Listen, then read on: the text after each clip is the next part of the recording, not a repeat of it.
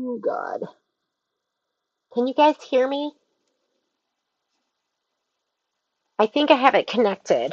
So I'm doing something new today and I'm working through my headset, which will be easier and I think it'll be cleaner and clearer as well. So I've got one viewer. So if you could just give me a thumbs up and just let me know that you hear me or just throw in a comment that you can hear me, I would totally appreciate it. It's just you and me today. Hello! All right. Yay! Okay, anytime I succeed with technology, I'm so excited. So, hopefully I have enough juice for all of this. Hello, everyone. I was actually just looking on whatchamacallit, on Amazon because I was like, oh, I need a stand for this. And like they sell them where they can like swivel and stuff and it'll be up and above and not in the way. So let's get started. So we're going to be working on Holiday Wishes, which is part of Quilty Christmas Wall Gallery. And it is so adorable. I think this is the biggest of them. So it looks something like this. And I'm just going to start stitching in order. Hey, Miss Linda, I haven't reached out to you, but your pattern came in. So it's at the store, just so you know. So we're going to get started with this one. I did print out, this isn't it. This is the old sheet. I printed out this morning the new sheet because I did add colors and I think the colors are correct. So let me go ahead and grab it. And you know the great thing about the headset is I think the sound should be perfect wherever I walk in the room. There, taking a sip of my coffee, grabbing my embellishments. So here are my embellishments. And then here is the sheet. So I did update this and I sent it out. If you are not on the Quilty Christmas list and you want to be, just send me an email. I am going to do the filler blocks last. So, but I did write on here, I'm going to put filler block 1 and 2. That's going to go into a 7 by 12, and they're 2 by 6 inches, so it'll be 2 by 6, 2 by 6, one on top of each other. And then the 2 by 4s, I'm going to put those into a 5 by 7 magnetic. So that's the plan for those. But I'm going to start stitching with Holiday Wishes. So Holiday Wishes, it's a 4 by 6 design. It'll fit into our 5 by 7 magnetic. So let's go ahead and grab that. 5 by 7. And we did close out the sale, but guess what? I do have a couple extra. I ordered, I think, 5 extra of each. So if you still want this hoop, reach out, but reach out soon. So I use muslin. Everyone asks me why I always use muslin, and I use it because it's like softer, more pliable, it doesn't melt. I think it's more economical too. I'm not positive, but I think it's more economical at this point. We sell it at the store. My favorite size is the 90-inch size. I did have one person who wrote me and they were like, it was too much fabric to deal with. Guess what? You can always take your 90-inch and cut it in half and then have 45-inch. But I'm 90-inch all the way, and I use it just like stabilizer. But I always like to point out, it is not stabilizer. It is not, like if you look at the back of my blocks, like you'll see a little bit of pulling. It doesn't offer a lot of support. To me, it is just the base on which I embroider for certain things, because that's all you need when you have like background fabric that is stabilized with shape flex and batting. You don't need all of that. So I'm just going to put my magnets on.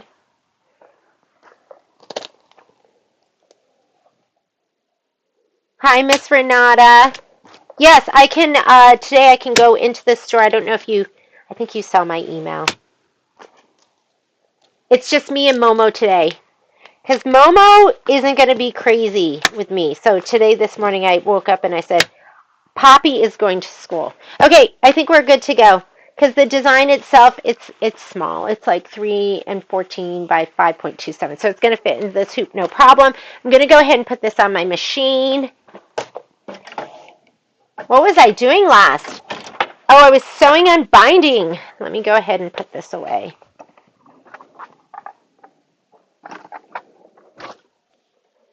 I love, so Tootie variegated thread is like one of my favorites. I want it in every color. At some point, I'm going to just grab one of every color and just bring it home.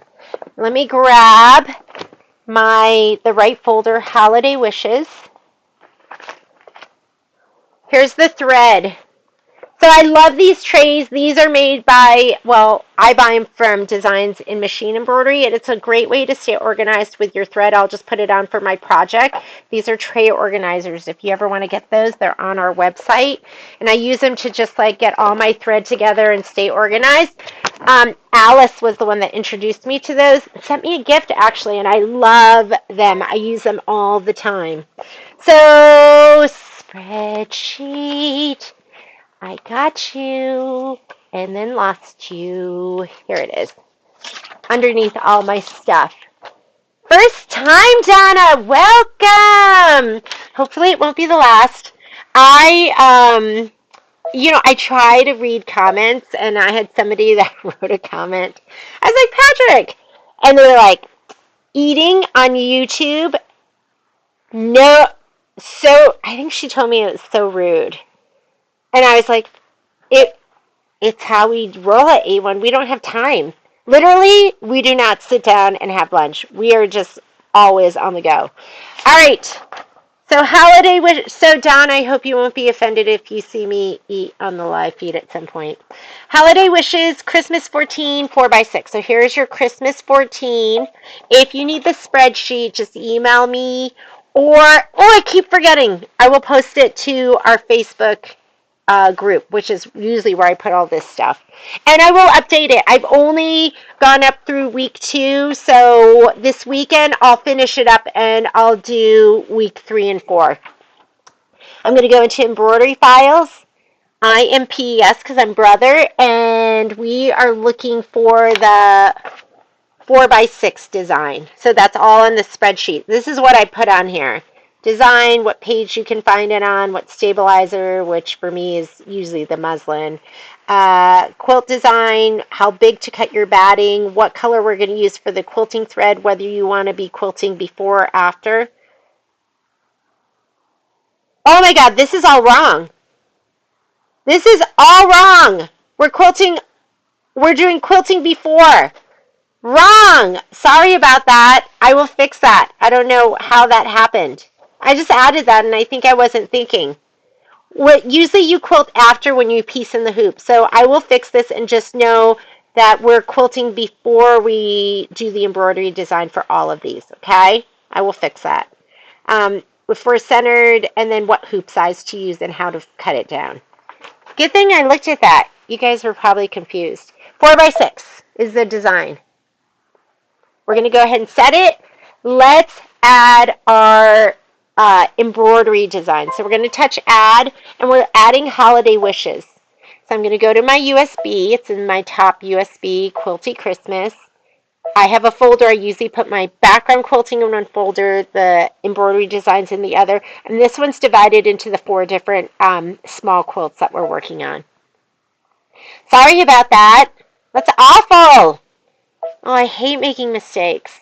Okay, let's choose our hoop size, and you can kind of see it here anyways, but I like to go up to my settings, and I'm using the 5x7, and I'm going to say, okay, it's automatically going to slow my speed down. I stitch at the highest speed you can, unless it's something challenging, and then I might slow it down. Don't move it here. I'm going to go to embroidery, and then it's going to save me like an inch, but I'm going to go layout, move, and I'm going to bump it up.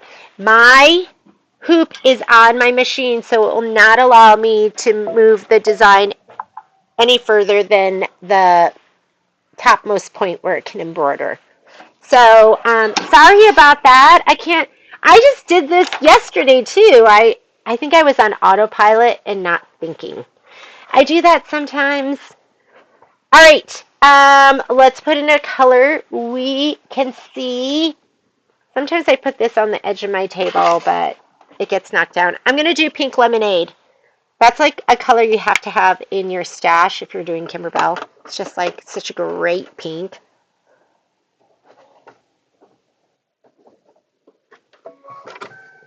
And I grabbed my folder here.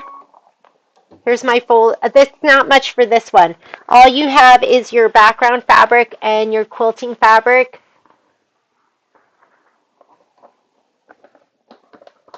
You welcome for the email with the spreadsheet that is incorrect, Angela, but I will fix that. Oh my goodness. Okay, I'm grabbing my spray tent. My spray tent is, here we go.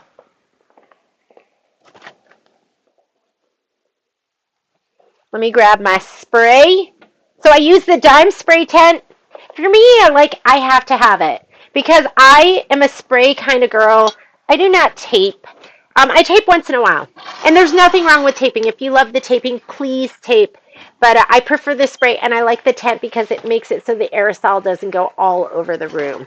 So it just looks like this. And I have a piece of cardboard in there, and yes, you can see it's gross. I haven't changed it out. You're going to spray the wrong side of your batting, which is the nubbier, bumpier side. The dimpled side is the right side. Nubby side goes down, dimple side goes up. This is the spray I use, and that's my one pitch. I like to show, because people are like, well, what products do you use? And that's what I like to use. So I'm just going to get a little shot of spray, not too much. Don't get crazy. And then I'm also going to spray my background fabric. Now this is, the fabric you should have should be the dots. Do you see it right there? Make sure you're spraying the side that has the shape flex, and make sure you haven't sandwiched any dark threads because it'll shadow through. All right, go ahead and let's stitch. I'm going to go ahead and say start. I'm going to move this out of the way so it doesn't get hit.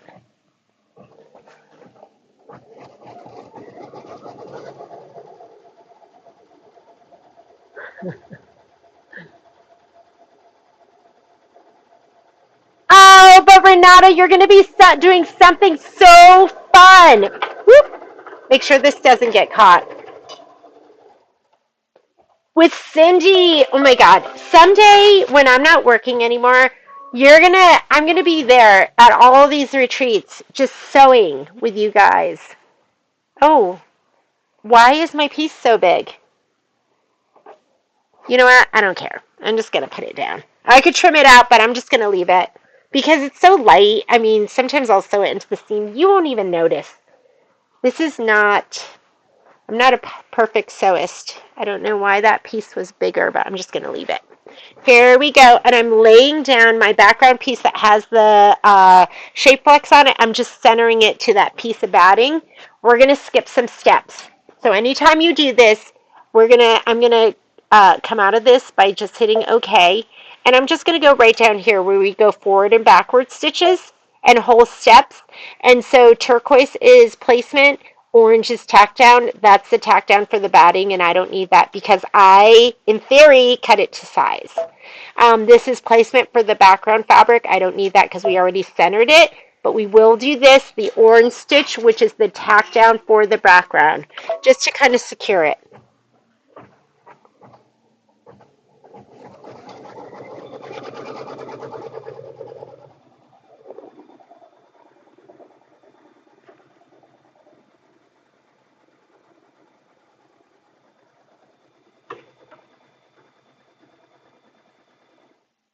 Oh, my pincushion! Lynn, I'm so nervous about all of the kits for gingerbread because it has that glass dome. Have you opened it? If you're doing gingerbread with us, I insured all of those are being set insured in case the glass dome breaks. So let me know if you have any issues. We are not messing around. Okay, the quilting design should be on your spreadsheet. Oh, it's already there. So, but the color, that's what I want to look at. We are just going to be doing linen. So I'm going to go ahead and put my linen thread in. And I really like the linen against the white. Whoops, just threw it. Whoop, just knocked over my can. Look, sorry, dropped it under the table. I like to show this once each video too, or each live feed. I don't cut. Some people cut here and grab at the needle and pull it out. I unthread. Whoop. So you have to make sure your foot is up. That's foot down. Tension is closed. That's foot up. And just unthread. Don't pull back. Just undo the threading. And when you get to this step, it just comes right out. There's no tension there as long as your foot is up. Okay. So you don't have to just cut it and pull it out at the needle. It's much easier, I think, to just unthread. Unthread it backwards. Okay, put in your linen. We're going to do our quilting stitch. Did I tell you guys I finally serviced my machine? Ugh, I was past due.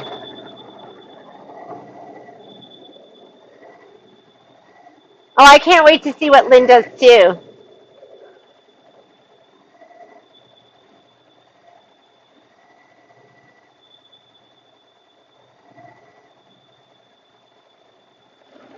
Cute! Look at the little ornament. Is that just adorable? So if you are collecting Kimberbell background quilting, there is that background quilting book that you can print out so you can be organized and go, what designs do I have? Because it's hard to just keep track of everything in your brain. Okay, and then once this is done, and what I meant by quilt after, it really was quilt first, and then you're going to embroider. So I'm going to change all of those. Those will be quilt first. And it says right here in your directions, after quilting, go to the embroidery instructions. So you're quilting first, and then you're going to your embroidery instructions. So these are the colors that we're going to need. So I think shoot, I did that whole list. That first green is going to be, I've forgotten. I need to look at my list here. I have it memorized when I see it. All right. So we're going to do, so that first one's aloe. I'll write it in there. We need aloe, then totem. Aloe, totem, pink lemonade, and pine. And then that circle one is wildflower. So let me grab those. Aloe first. I'll put them out. Aloe, totem, pink lemonade, and then pine, if you have the thread kit, and then wildflower. That should be your order. I'll write it in the book too so we can keep referring to it. So now that you have that, let's change out our thread. I'm going to go ahead. I hope I'm giving you the right colors, but we are going to do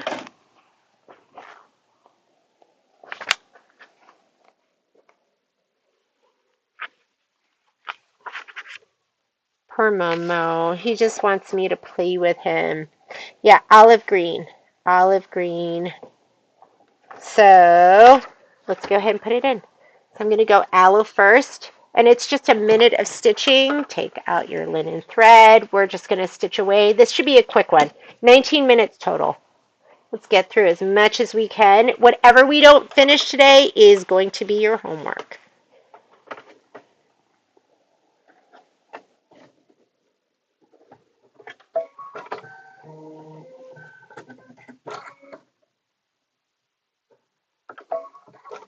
And it's going to be that little leaf down at the bottom first.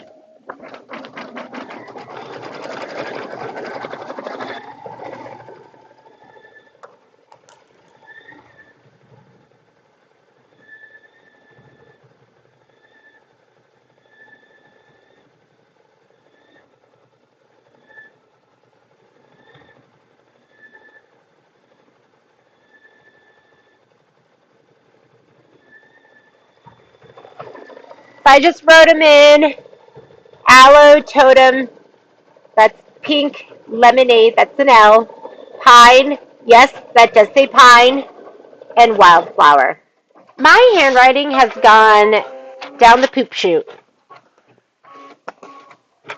Oh my God, is that just, it's so cute. I know it's just, I shouldn't be oohing and eyeing over that, but it's just so cute. Those little pine needles and, okay, now I'm going to put in my totem.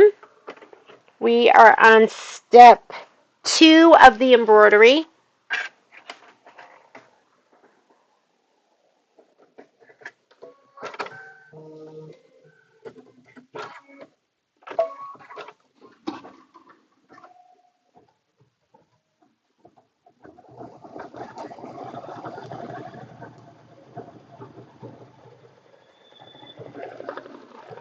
What's everyone working on? What are you guys working on today? Some of you are UFOing it. Some of you are at work, but I won't say anything. That was step number 2. You always have your written instructions and then you have your picture instructions. I mean, come on. Kimberbell, you are the best. Your instructions, I feel like, are so clear. I'm going to take out totem and we're going to put in pink lemonade. This is 2 minutes of stitching. Sometimes I just love blocks like this, just back to the basics. You know, nothing crazy going on. You can just sit and enjoy and look at the amazing stitching and go, oh my goodness, that's so beautiful. So this is stitching out the branches fill.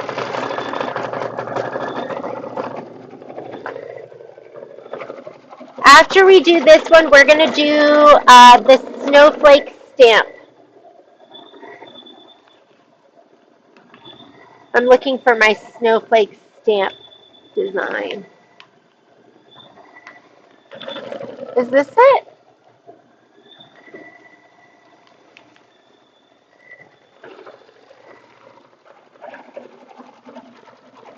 No, this can't be it.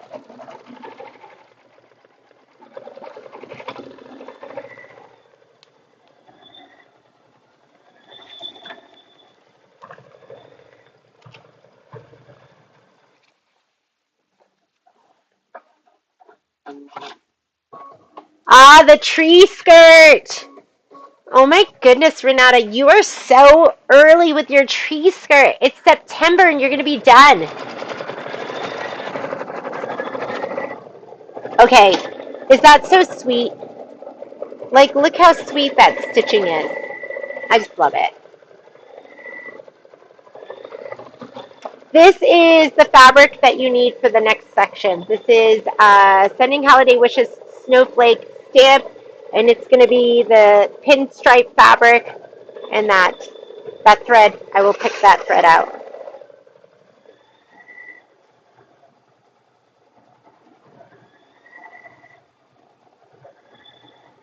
Oh, is it a repeat, Lynn, of background quilting for Perfectly Piece?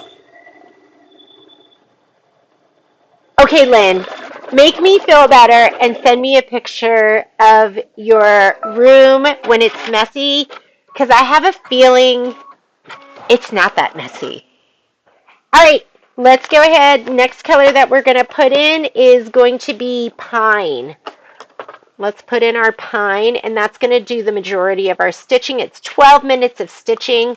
That's like a good chunk of time. Maybe I could press out my August and July mini quilt, which I haven't done. Would that be confusing if I did that right now? I don't want people to watch the video and be like, what is this? Am I watching the right thing? Maybe I'll do it off camera. I'll let you just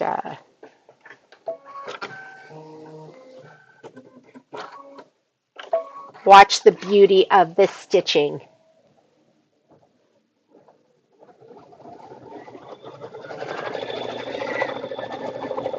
So, Lynn, I had somebody come to the store that was excited to meet you, and because she thought you were a local lady. I was like, Lynn is in Indiana. She's not even here. So isn't that funny? Because we just become, if you're new to A1, we're just a tight little community, even if you're not here in the area.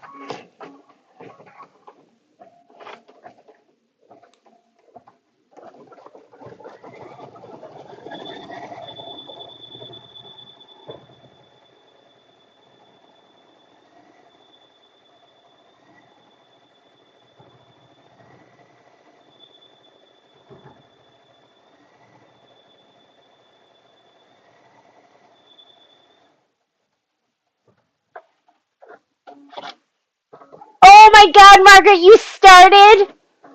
How's it going? I'm going to, you know what?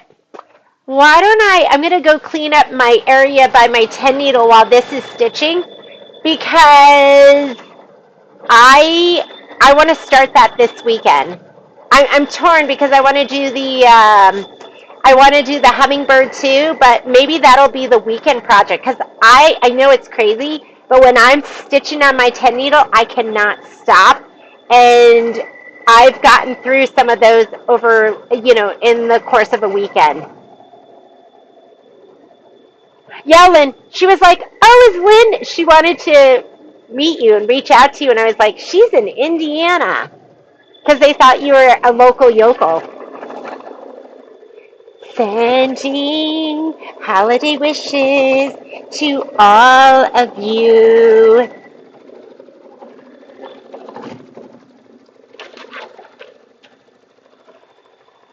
Okay, always feels so good.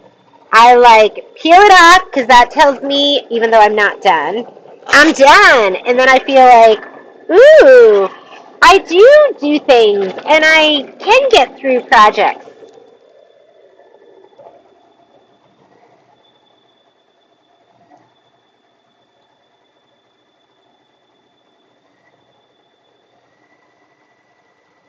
Oh, Kim, the thread trays, I feel like they're great. It's kind of like a little splurge. You're like, I don't need that. But then once you get them, and they come in a 2-pack. So I want to say they're 30, are they 35 bucks? And they come in a pack of 2. And I think we have them on sale on our site. And I just like every project. Like this is my tray for Quilty. And then I have my tray over here. And this was for, I don't even know what it was. That's the problem. I should label it, right? Was this for, I can't even remember what I was using this one for. But I'm going to keep them together because this is for something that I'm working on. So, and I love that. So you get the 2-pack and you can write your numbers on here, but I never do that. I'm usually juggling 2 or 3 projects. So I'll just have like a tray and then I'll clear it. But yeah, just like a nice way to get you organized with your threads.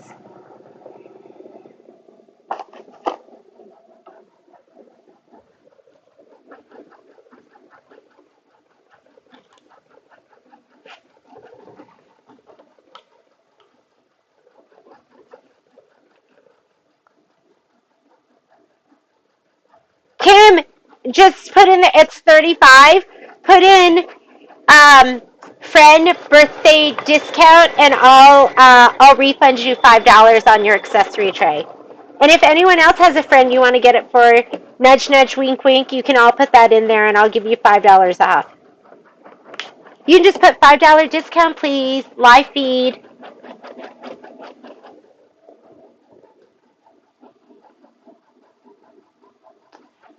Felicia, will you email me? Because then I'll add it to the spreadsheet and I'll pop one in with your stuff. Yes. Just email me and just say tray $29.99 and I'll add it to your order. That's so rude. Was I trying to charge you full price? Oh my god. That's so rude. I'm just kidding. Sometimes we do.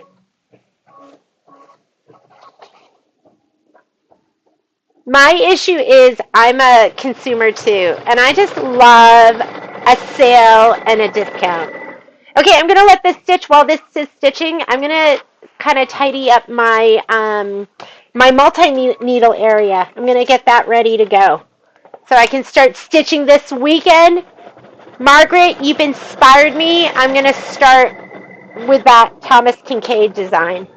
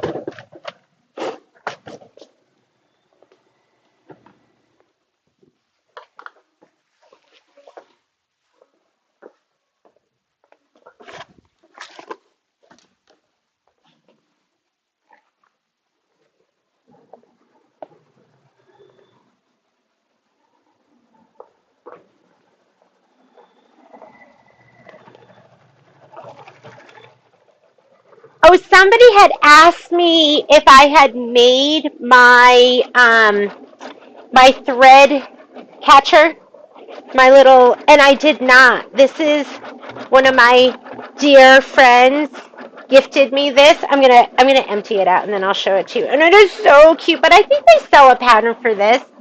But it's so, and you know, presents to your friends. Every time I look at it, I think of her and how wonderful she is. But hang on, show you.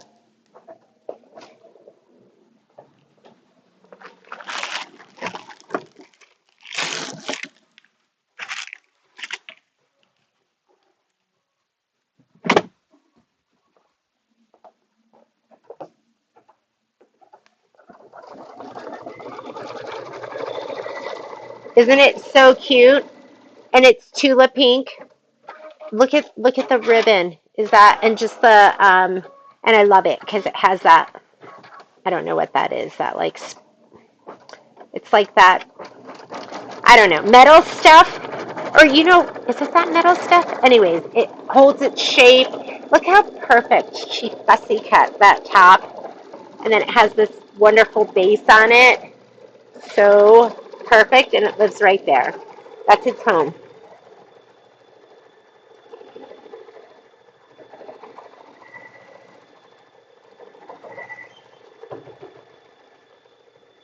All right, this is, I'd say this is 80%. This color is almost done, maybe 20% more to go, maybe 2 more minutes. And then we're going to put in wildflower. So this is the next color that's going to go in there. This is my favorite red, wildflower.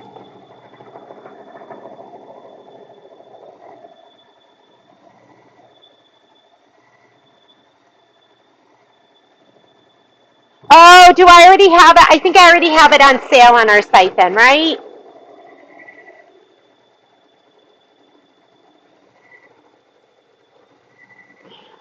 Lynn, I try to put my pages in to do that sizing where it tells you how many pages or the thickness or whatever it is, that thing on the side. And I think mine's broken because I was just taking the dial and I was just like bending it before you told me what it was about. So I don't know if I'm doing it right.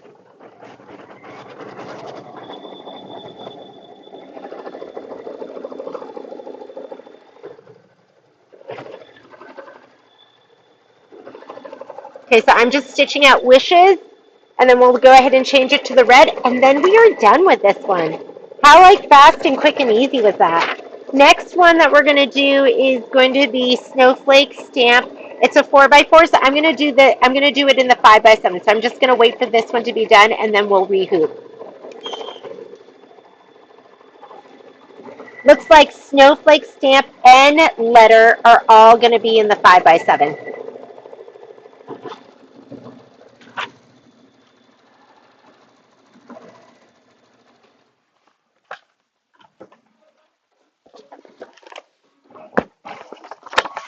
And this is what you need for the next block.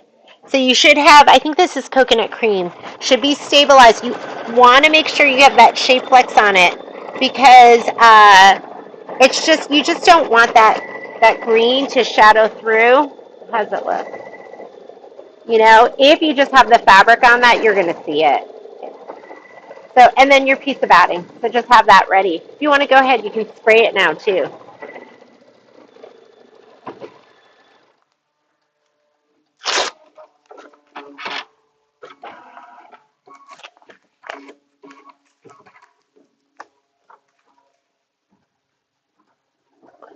A yogurt container. Oh, I never thought about that. So are you saying like in this, Renata, you'll just put like a little plastic container in there? All right, I'm going to change out my thread.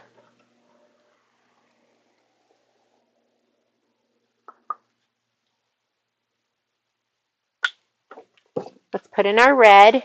And this is just going to stitch out, I think, a couple of like stars. Are they stars or flowers or...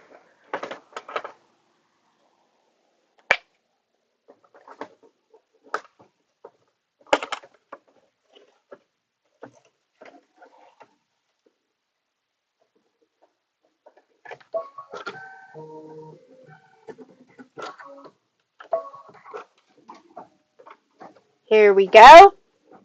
This is a minute of stitching and then we're done.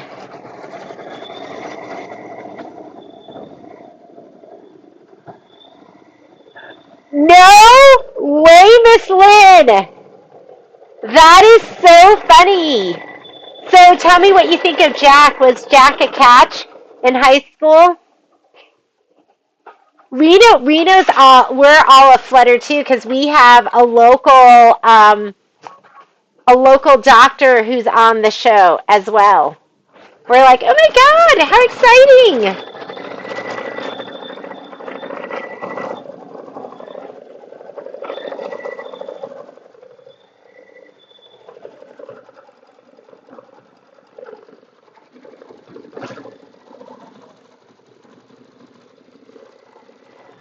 And this is the last stitch out right here. Stitch the stars fill, and then you're going to remove the block from the hoop. And then we will be on to our snowflake stamp. Just moving right along.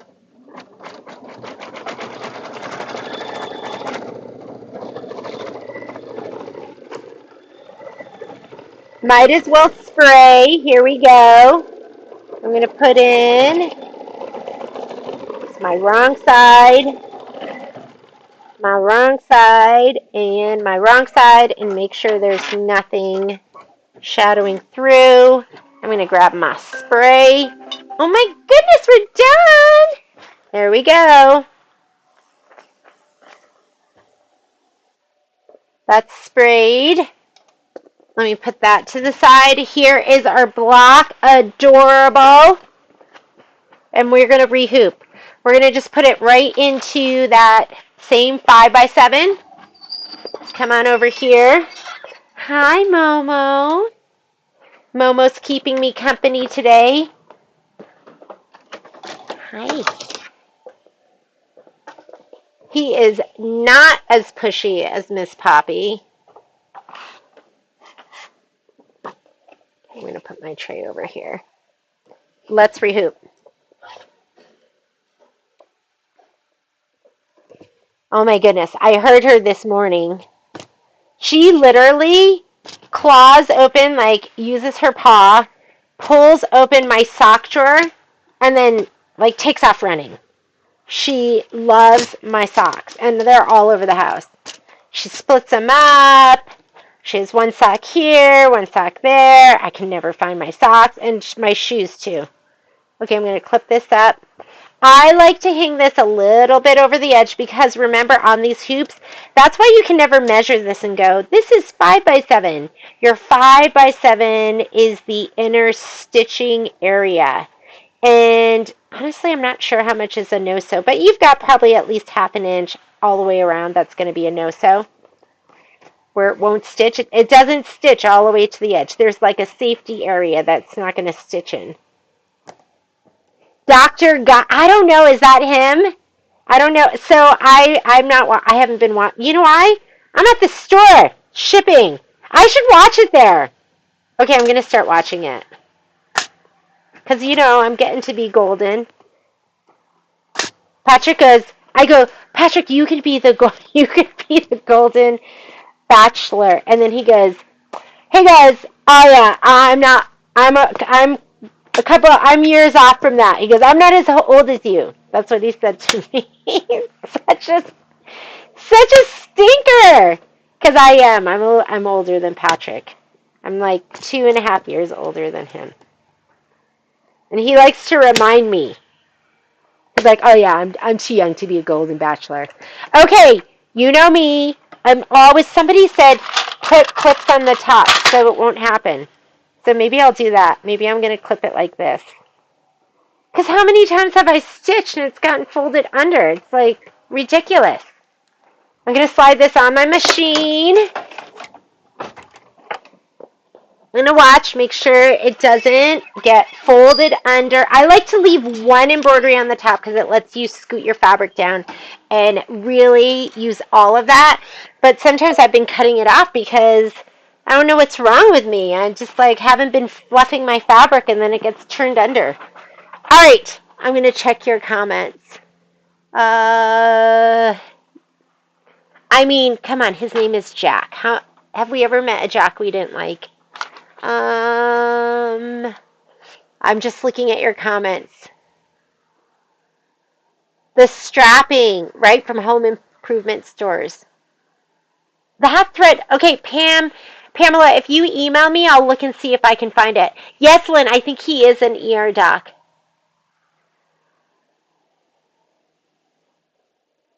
Yeah. Yeah, Patrick is always making fun of me that I'm the older woman. Okay, Quilty Christmas. We're going to put in the next one. We're doing Snowflake stamp. And it's the wavy 9 is our design. And we're looking for the 4x4 size. Lynn, did I see something? Did I see something? It was Tim's birthday. Happy heavenly birthday. Wavy 9. 4x4. Add. And Quilty Christmas. Now we're going to add the design. And you're ignoring all of this that says quilt after. It should say quilt before. I'll change that. And we are doing Snowflake stamp. Okay, have to go in here first. That is my Snowflake stamp, I think. Well, big hugs to both of you, Lynn. I'm always thinking about you. Okay, center it, leave it, don't move it here. We're going to go embroidery. And this page, we're going to scoot it up, and that way we're not wasting. If you're doing this with stabilizer, you're not wasting stabilizer on top and the bottom. So I'm going to move my hoops on so it's not going to go outside of the embroidery field. And then let's go ahead and we're going to go here to where we go forward and backward steps. I'm going to do that. And we're going to start with this, but then we will skip some steps. I usually don't leave red because I feel like red is there's so much contrast, but this is just for the batting.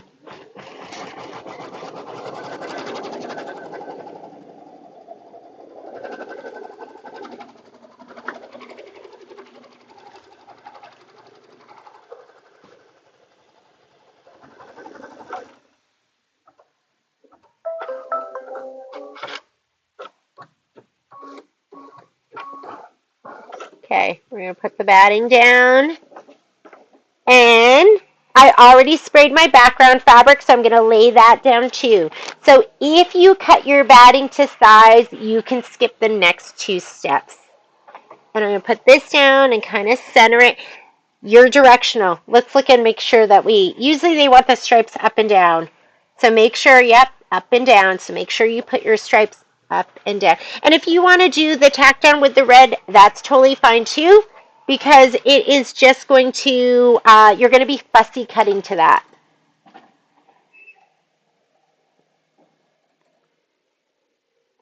So we're skipping the tack down for the batting because we cut it to size. We're skipping the placement for the background. We're doing the tack down. So it's going to be your second orange. And it's not asking you to use orange thread. It's just telling you that that's the tack down. Here we go. Tacking down.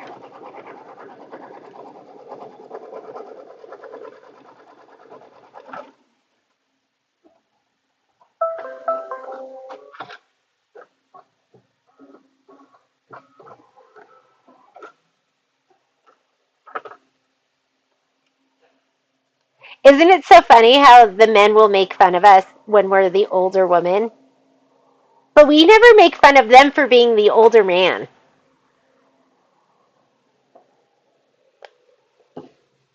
I literally, somebody asked me once, like, how old I was, and I was like, oh, I'm 50. And Patrick's like, you're 48. I'm like, because he always makes fun of me. Okay, and so I thought I was like older than I was. We are doing, as far as the color for quilting, Snowflake, it says aloe, and that's going to be this one right here. So you don't have to use that color. I'm going to go ahead and put it in now.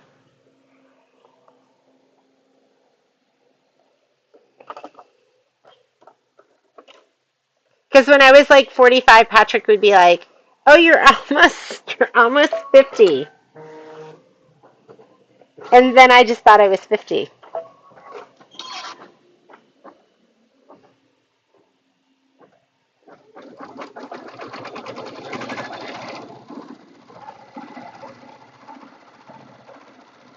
Okay, here's our quilting stitch. So right here, after quilting, go to your, and you should always read this. Don't assume it's going to go to the first step in your embroidery. Every once in a while, it's going to be like, go to step 3 in your embroidery. So always read that. So we're going to go here, and it's going to be some applique. And when you see that square with the diagonals through it, that means color doesn't make a difference. So I'll just leave my aloe in there. There'll probably be a satin stitch. And we're going to be putting down that cream piece of fabric.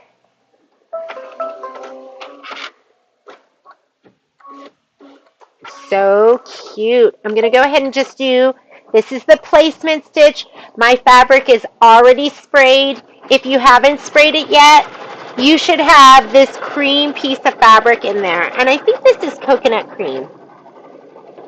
And see that square? You're just going to be putting it right down on that square. I forgot about my Martelli snips. I'm going to use those today. Whoop. Let me get this out. Whoop. Spray bottle down. Martelli snips.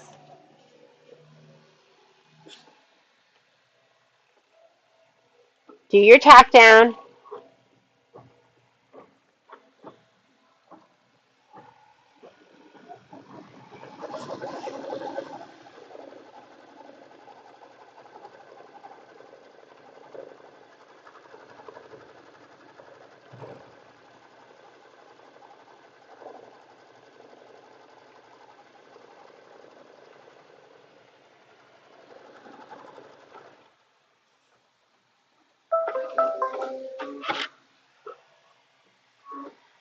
This one's going to be an easy one too. It's just going to have a bunch of stitching. I'm going to go back and work on cleaning up my multi-needle area. What I like about these snips, they're a little bit heftier than my other ones. So sometimes, but I feel like they get caught a little bit more. I'm not as smooth snipping with these. So, but you get the power.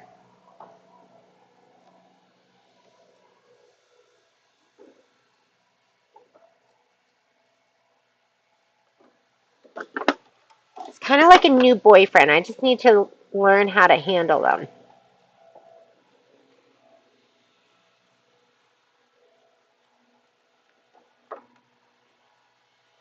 I think this is close enough, but just in case.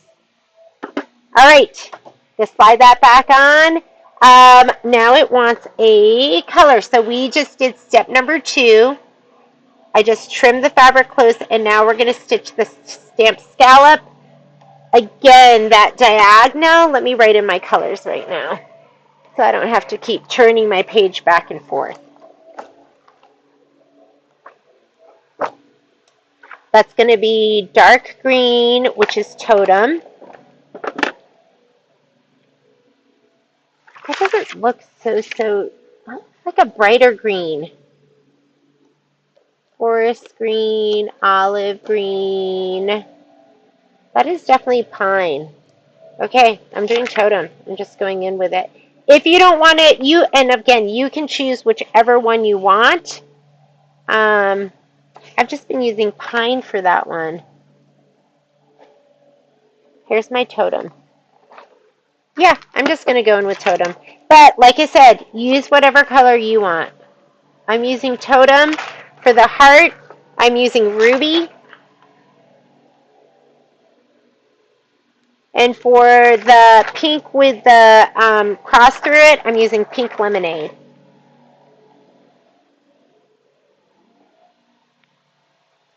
But just pull from it. It's all going to go. You can just pull from your thread kit or whatever you're using in your stash, and it'll all look beautiful. So here's totem. So I'm going to go in with that one. And it's 9 minutes of stitching. That's a lot of time. You can get a lot done in 9 minutes. My sewing area is going to be great. Can you hear the lawnmower next door? The lawnmower makes me think of, I just have my door open so Momo can go in and out.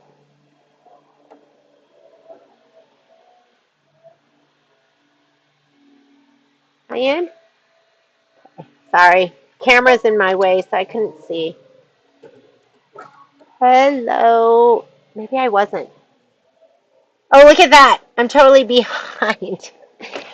Hang on. There we go. When I'm filming, I'm always stitching with the camera in between me and my machine. At least that's my excuse. All right, let it stitch.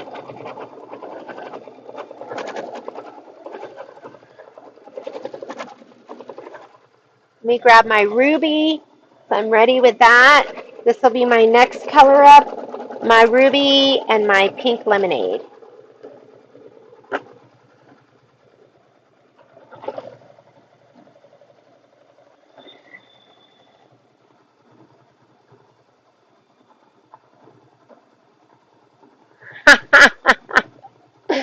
Renata, I'm reading your comment.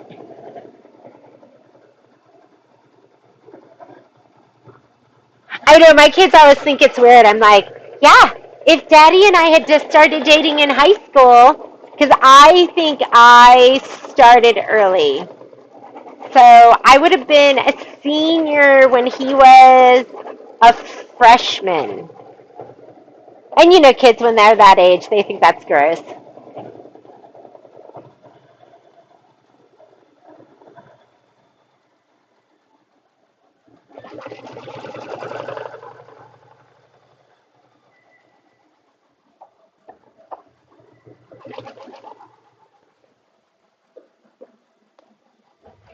What's next? Let's get the next embroidery ready. We're going to do the letter. Okay. The letter is so cute. And that stitching is adorable. The font, I think, is adorable. So this is going to be next. So grab that fabric, have that ready.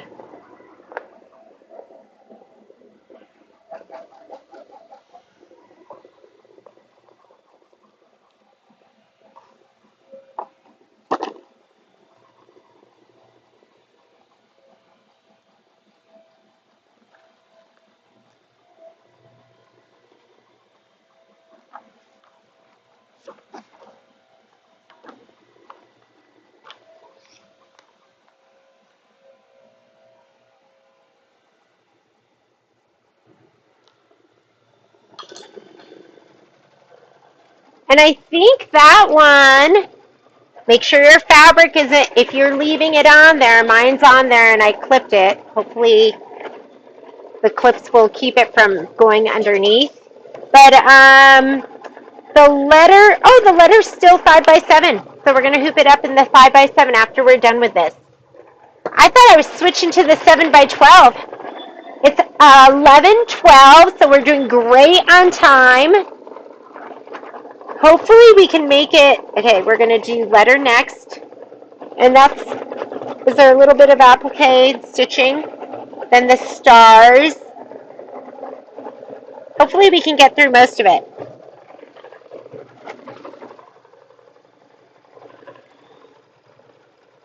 Oh my goodness, the letter's so cute. Just sweet, you know? I like sweet.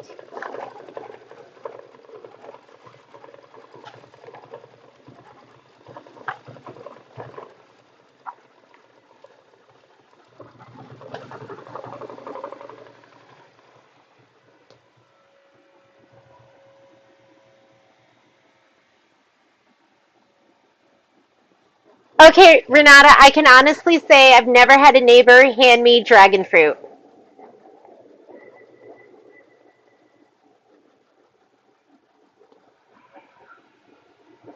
I want dragon fruit.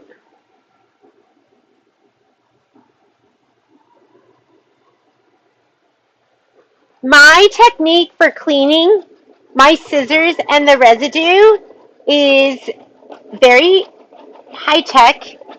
I drag my finger down along it. But I would think you could use Totally Awesome and just kind of wipe it down. Or, I mean, a lot of times at the store to get icky stuff off of like the machines or hoops, we use alcohol. So just like alcohol swabs or the little alcohol pads or something like that. Renata uses Goo Gone. Goo Gone is fantastic too. Yes, Goo Gone will do it. Your goo will be gone.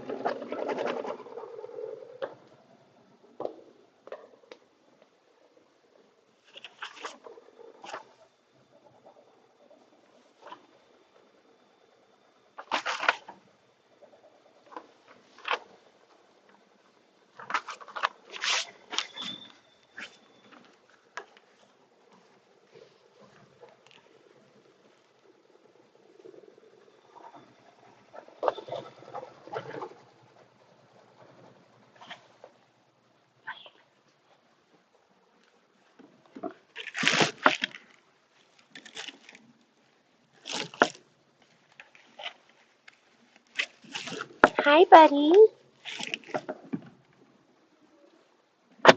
Hi. Hello. Hello, yes, good boy.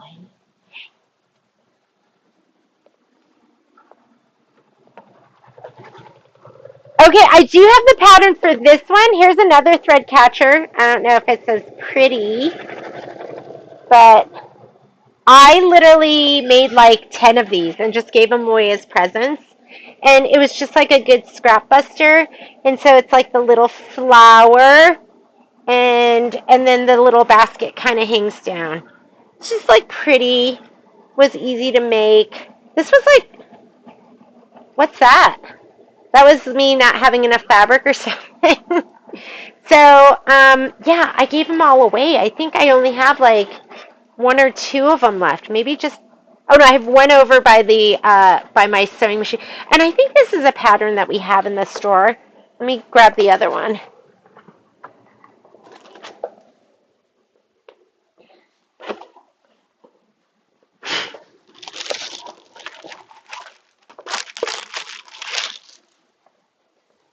Oh my God, it'd probably be so much easier to cut this out with like Scan and Cut. So this is the one I keep over by my multi-needle. And they're just like pretty, and then, you know what, oh, look, there's supposed to be a little pocket in here. I guess I did that one with the pocket and not the other one with the pocket. And it'd probably be better, right, if it had that stuff in there to keep it like nice and round. But it has this nice big pocket you can just stuff your stuff into. But those are really cute. Those are fun to make. Good little project to do with your friends. Sage and I made like a whole bunch together.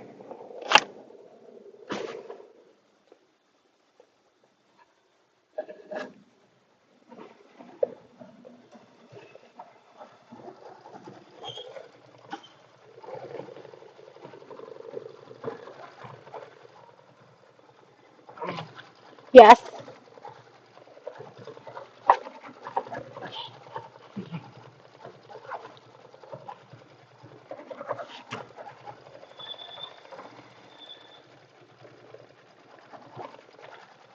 I think you're used to seeing Poppy for the live feeds. And this is Momo if you've never met him before.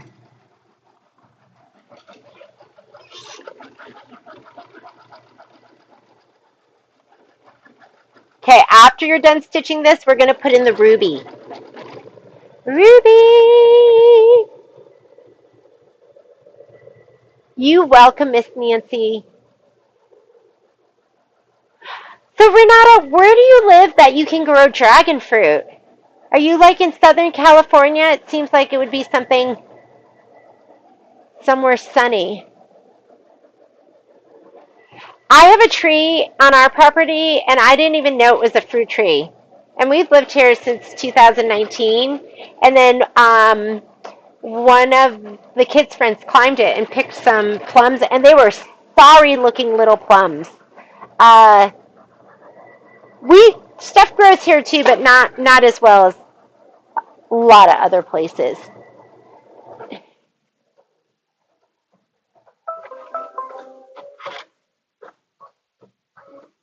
Oh my God, I missed that. Did she bring you eggs too?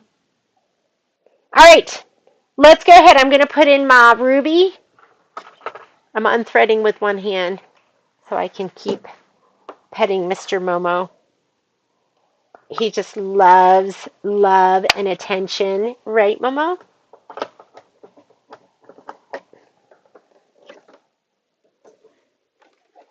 Here we go.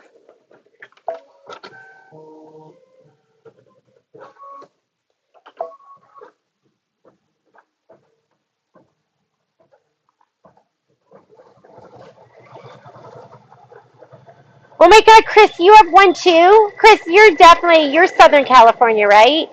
So I've only had dragon fruit like a couple of times. I did buy a bag of it from Costco to put into smoothies. And they're like such a beautiful fruit. Apple trees.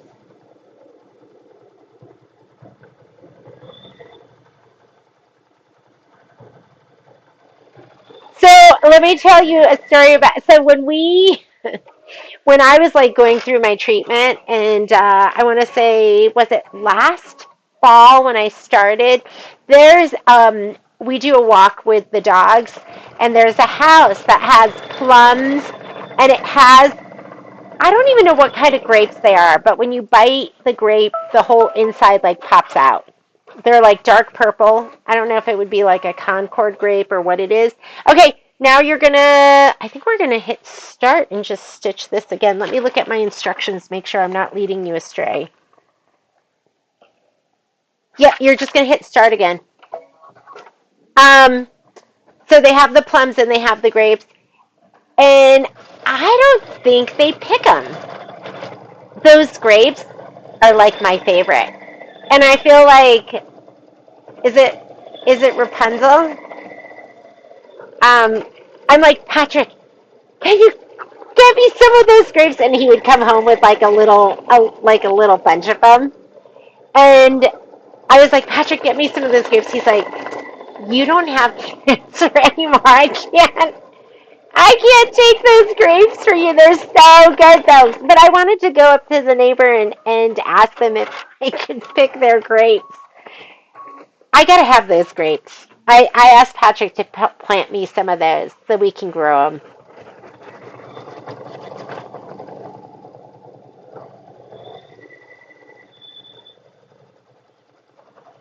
But they don't pick any of their fruit.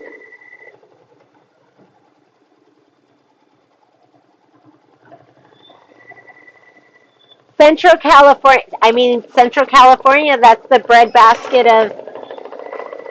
of the United States, right?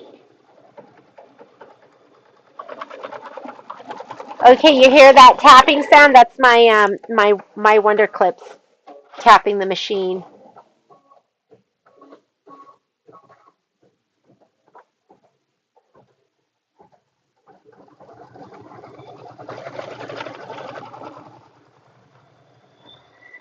Is that right? Am I saying that wrong? Like what where is the breadbasket of the United States?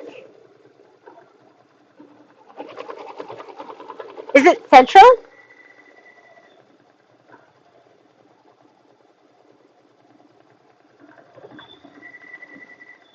Would you show how you change the thread without cutting and wasting? Yes.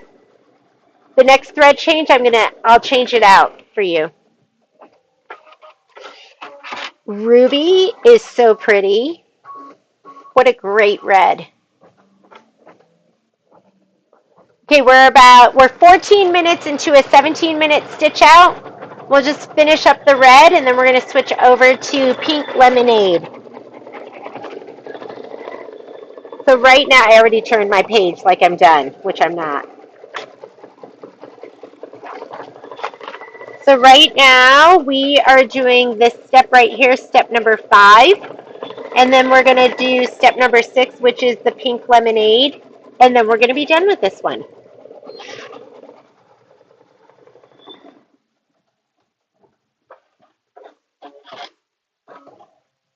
Oh, hey, Mary. If you're still there, Patrick was trying to reach you just to confirm your shipping address. So I don't know if you can give the store a call. I think he's tried to call you a couple of times and hasn't been able to reach you.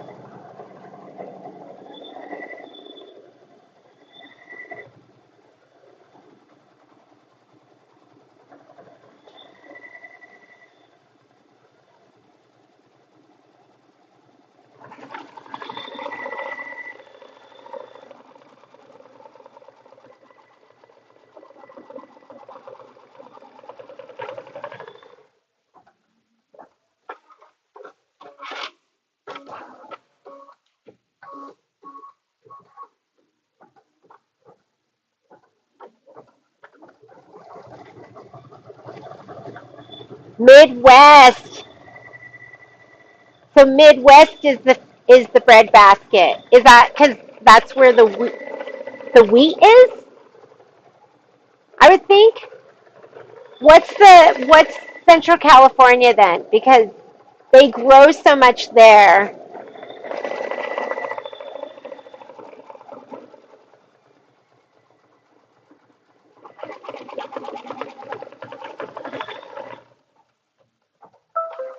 All right, we're ready for pink lemonade.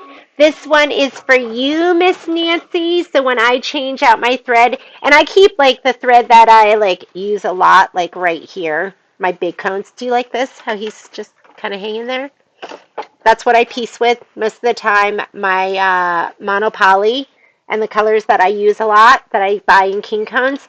So I don't cut, I unthread. So I just take it from here. You got to make sure your foot is up because if it's shut, then the tension just carries close and you can't take your thread out.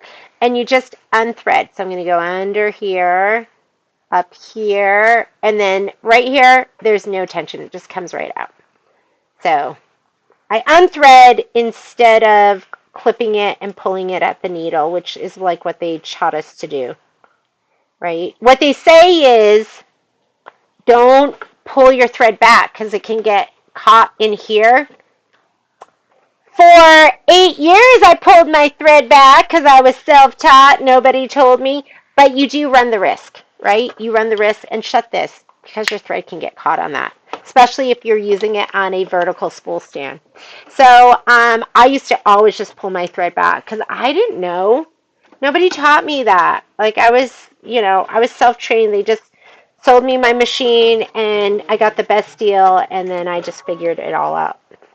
So, but then when I went to the training, they said don't pull back, and I was like, ooh, I've been pulling back. So, Lynn, we carry the only glide thread I carry in king cones is usually the white and the black. But if you want me to special order anything for you, I can special order for you. Just put together your little wish list.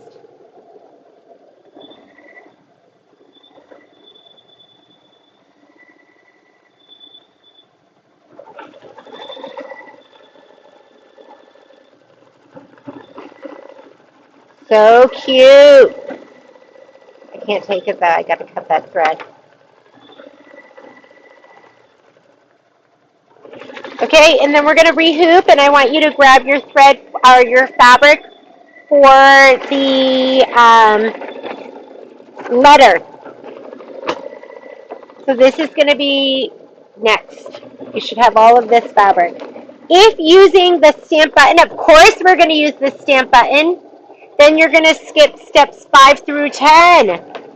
Of course. Did anyone else sew on your button with your sewing machine? Did you get brave and do it? I always, if I can sew it on with the sewing machine, I'm going to do it because I don't want to have to hand stitch it. Oh, but guess what?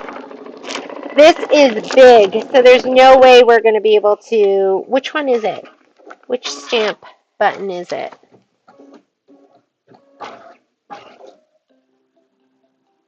Five through 10. Maybe I won't do this stamp button because...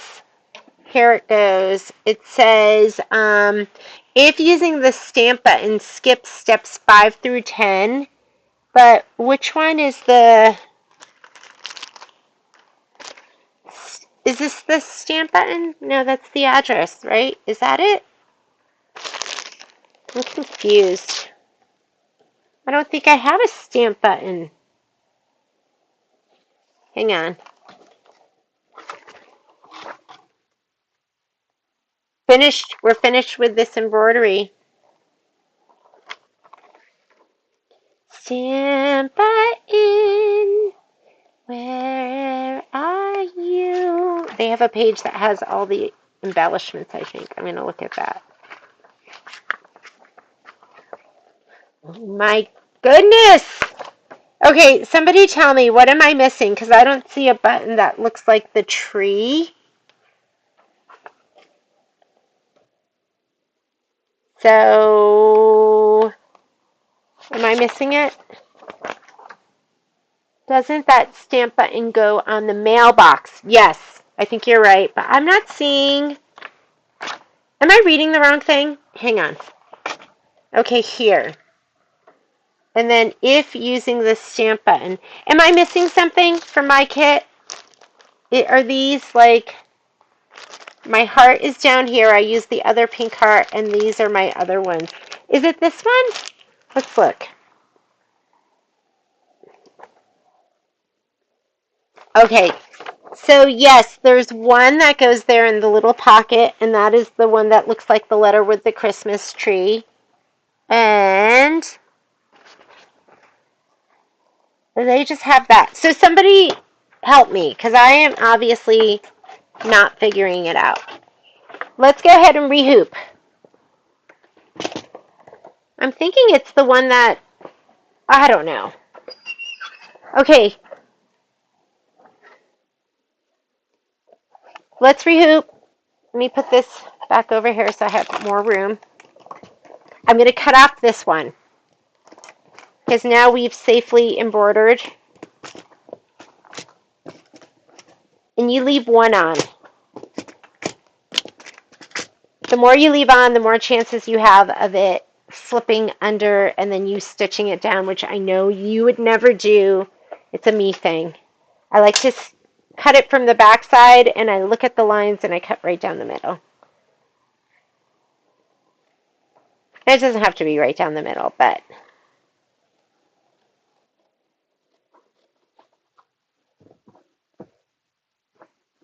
cute. Sending holiday wishes is done. I'm going to rehoop. I'm going to leave that one on.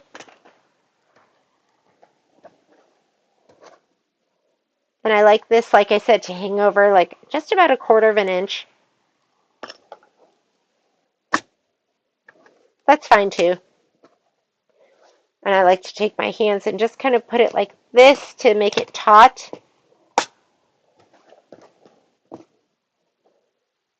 Oop!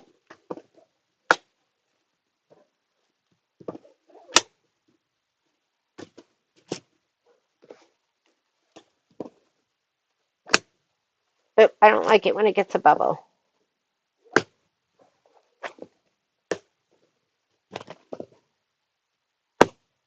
Bubble.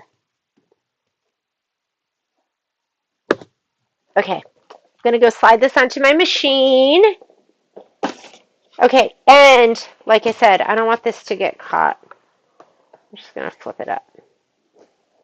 Hopefully that will make it. Maybe that'll save me. I don't know whose suggestion it was to clip it, but I'm going to start clipping it. Hopefully I'll never have that fold under again. The quilt button. Okay, so Margaret used the quilt button. So the square quilt button. Yeah, because I was expecting it to look like the Christmas tree, right?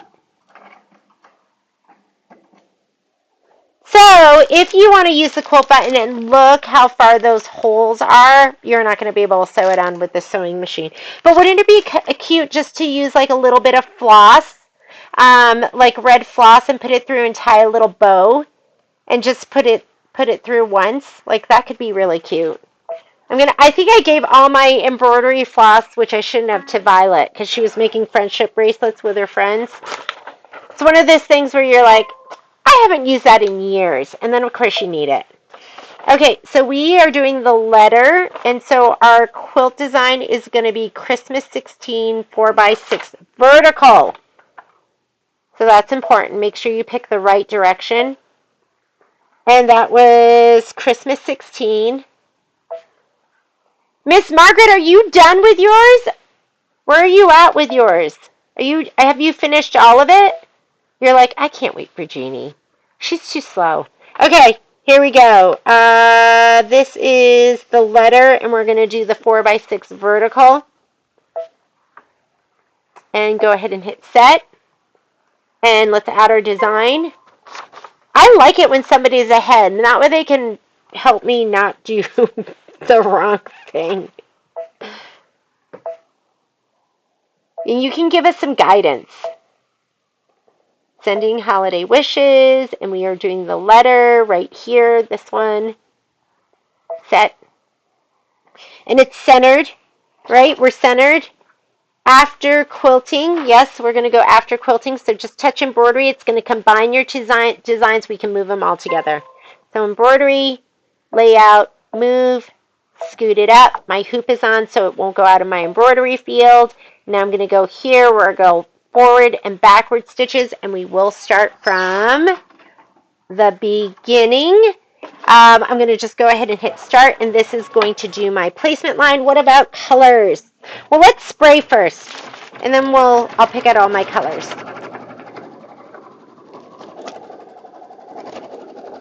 Yeah, I'm going to use, I think the Christmas tree's so cute, though. I'm torn. I don't know if I'm going to spray it all, and I'm going to think about it. And maybe I'll just put you can always put it on someplace else, right? The little button. Okay, nubby side. Spray that side. So I'm putting it all in my spray tan. Hang on. Look at this carefully. That's my shape flex. Okay, but you might have to give it a good once over. Here is my spray tent all loaded up. I'll give it a little shot.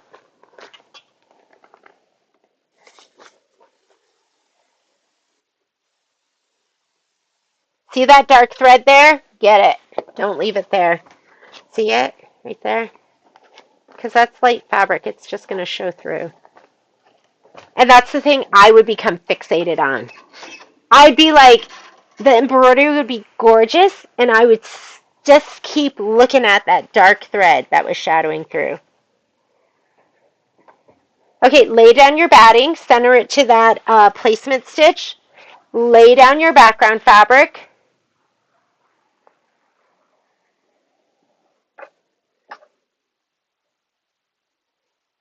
And I go, okay, that's about centered. That looks good. And I'll push it down. And if this is like an inch, I probably have like less than an inch down here. It's okay. And now we are going to skip the next 2 steps. Tack down for your batting, placement for your background. We're going to do the tack down for the background. You don't need to do those steps as long as you are cutting your batting to size.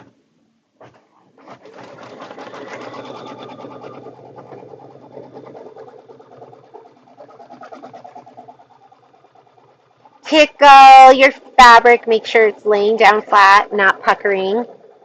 And then as far as the quilting stitch goes, the letter, we are doing pink lemonade. And my pink lemonade is already in there. All right, I'm just going to go ahead and hit start. And of course, you are free to do whatever color you want, but they do give you a recommendation on your instructions. Like when it shows you the option 1 quilt block by block quilting, it'll give you a color that it recommends for your quilting. And that's all the stuff I put in this spreadsheet. I just pull like this information and that, and I put it all in the spreadsheet. Let's go ahead and figure out our colors. So if I can find my pen, easier said than done.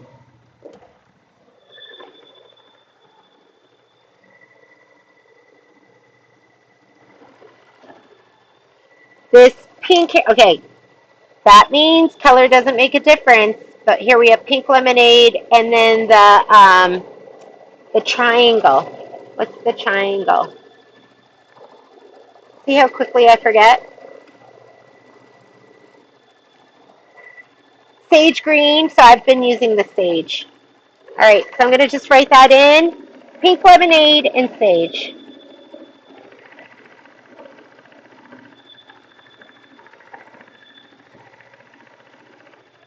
And then color doesn't make a difference. So I put pink lemonade, sage, color doesn't make a difference. Then we have more pink lemonade on the top. More sage. I think the yellow in this kit is buttercup. Is it not? Let me grab my thread tray.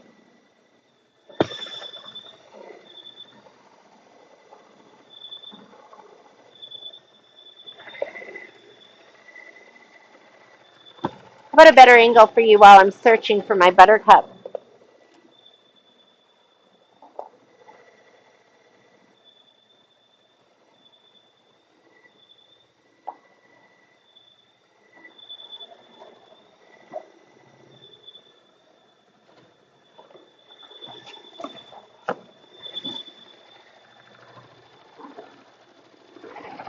I can't remember. Let me look at the other one. My God, it is. Will you guys confirm with me? I have buttercup here. I think that's the right color. Buttercup. Ooh, ooh. Yeah, buttercup. Right? Oh, is that so sweet? Look at those houses and the little gingerbread people. Very cute. Okay, we're going to skip the next couple of steps. Oh, are we? No, we're not. Okay, next step. Let me get my instructions. Sorry, I thought we were on the placement of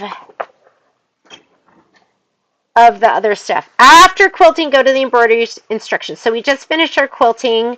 Now we're going to start with stitch the envelope placement line. I'm just going to leave the pink in there and hit start. So it's just going to do a little square, and then we're going to put down our fabric, which is going to be the pink piece.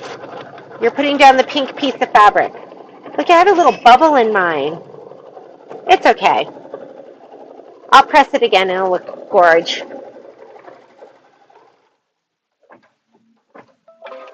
And now I'm going to just lay down my fabric.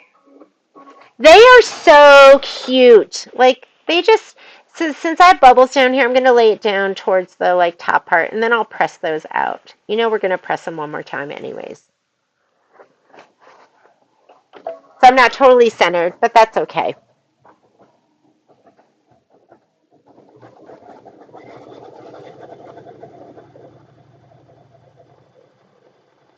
Oh, good, Miss Kim. You know, sometimes it's just got to go in for its spa day. And now you're ready for the holiday, for all your holiday stitching. I can't remember if we sent out your kit or if I just pulled it aside and brought it up to Patrick, but your stuff should be going out soon, Miss Kimberly. Okay, then we're going to trim. So what we did just now was step number 2, the tack down, and then we're going to trim it. It says trim the fabric close to the stitch line.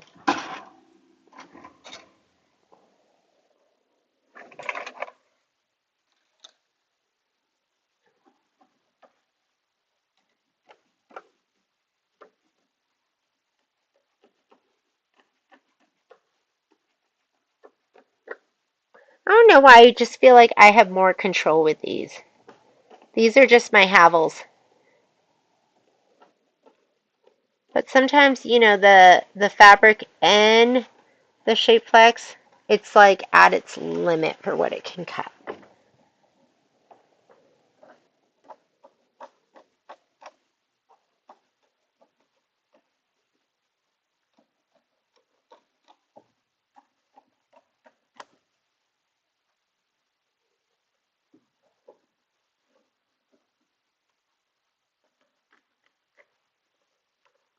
If I can get away with not having to slide my hoop out or forward or anything, that's what I do. There we go. Okay, trimmed out. And now it wants us to, I just did this step right here and trimmed. Stitch the envelope satin outline, pink lemonade. I'm just going to go ahead and hit start. And then we're going to put the sage in for the Santa Claus.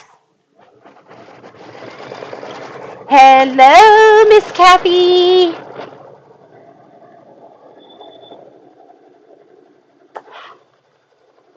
Kimberly, I should probably get out my pumpkins and potions and put down my rhinestones, right?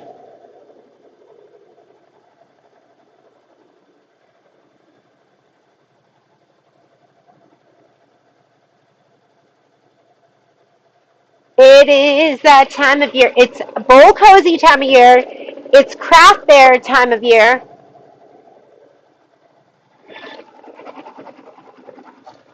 It's all of that.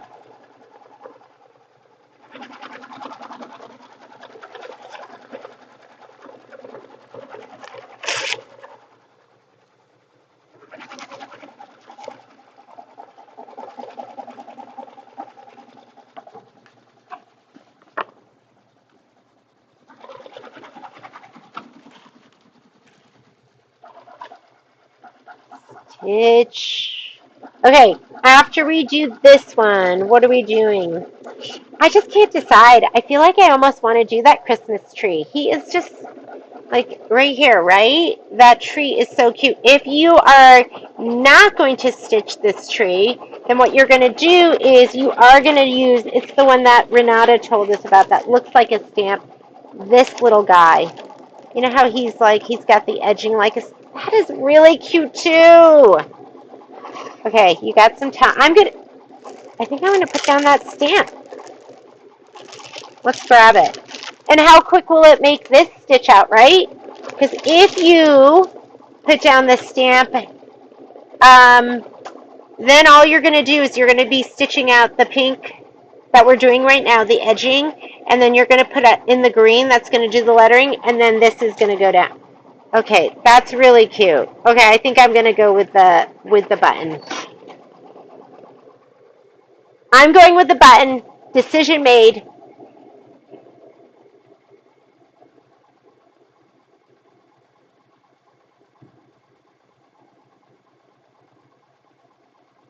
Ah, I gotta use my scan and cut. I just really like that's one of the things I should do when I go to Salt Lake. Maybe I force myself, or just here, because we're gonna just take some time and not be in the store. Although I think I'm gonna sneak in at night. Patrick can't watch me 24/7, right? I'm just addicted to the store and working. Okay, Kim, what did you think of the experience with your scan and cut? Did you fabric mat, fabric thin cut blade? Oh my God, Leslie, you used yours too? Oh my goodness. Okay, so you know what? I never make New Year's resolutions. This year, I'm going to make a New Year's resolution to use my scan and cut to cut all my applique pieces for one of my projects, and I'm going to wirelessly transfer. I'm super excited to watch Michelle's video.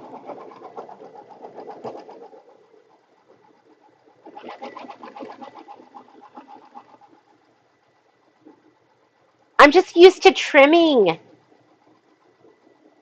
Oh my God, it makes stitching so much faster.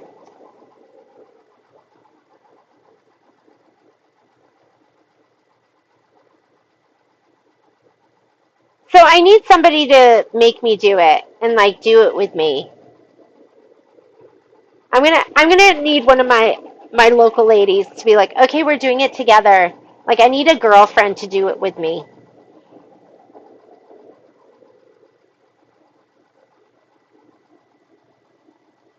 Fabric mat and the rotary blade. Do you think that's the way to go? Because I thought the rotary blade was like twice the time. If you're if you're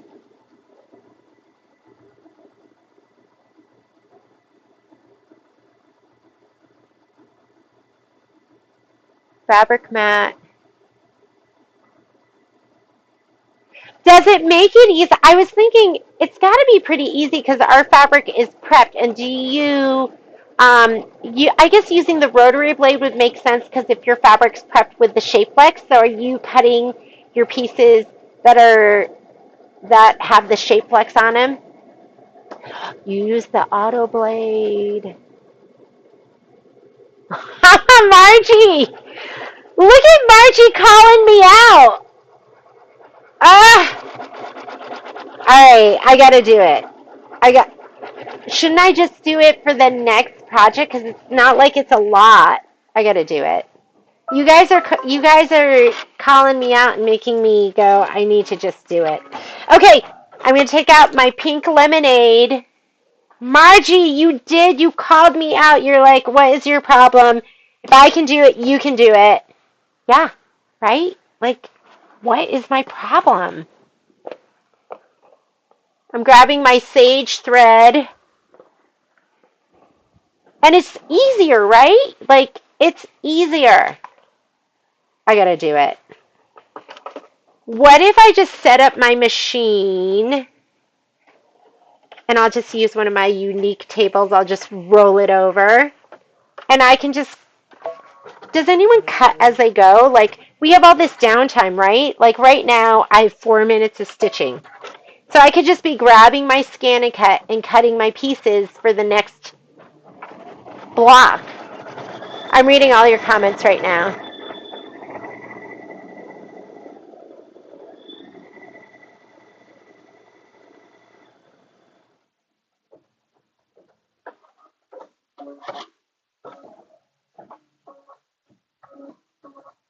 Michelle taught us on the hot fix and on the lighter fabrics, hot fix and SF 101. Okay, so tell me, because so Kimberly is using hot fix and SF 101. So tell me what else you guys are using. More success. So can I just go SF 101 and rotary blade?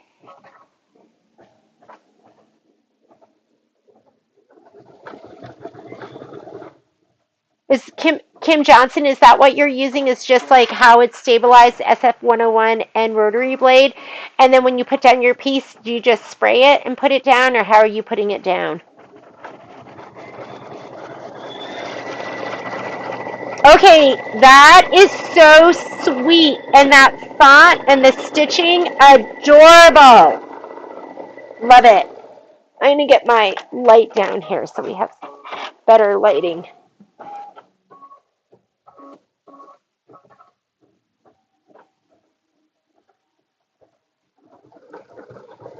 You are doing hot fix.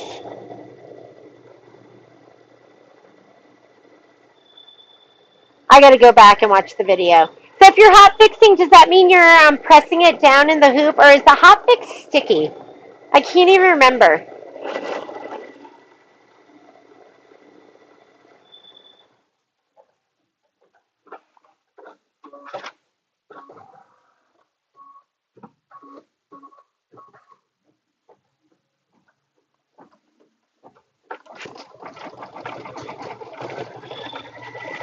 I got to go back and watch the video.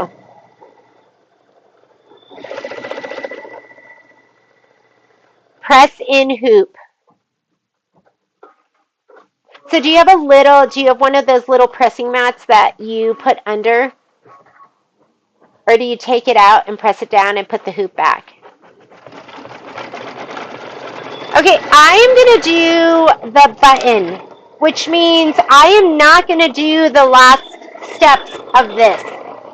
Like Miss Margaret, I'm just going to put this button down because it is so cute. But if you choose not to put the button down, then you can do the stitch out. And the stitch out is going to be Pink Lemonade Sage. This is Buttercup. And the last one, I think the last one is Totem. Let me look it up. the stripe through.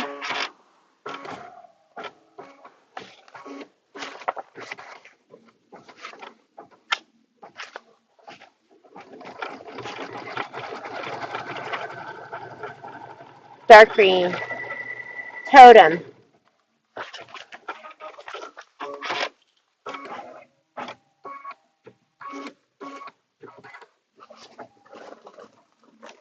But for me, this is going to be it.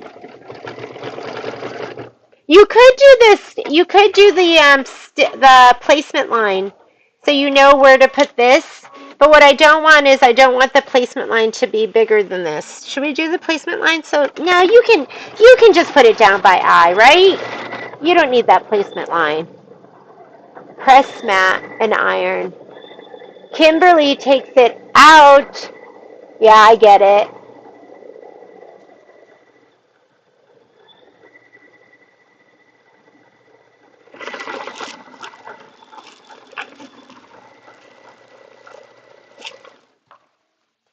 Oh goodness, this looks cute.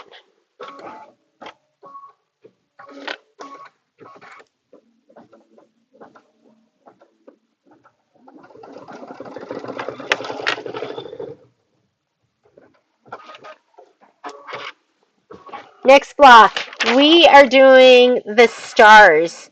Stars stamps. What time is it? So it is noon. So we've been stitching for about an hour and 45 minutes. I'm going to stitch until 1, and then I'm going to run to the store.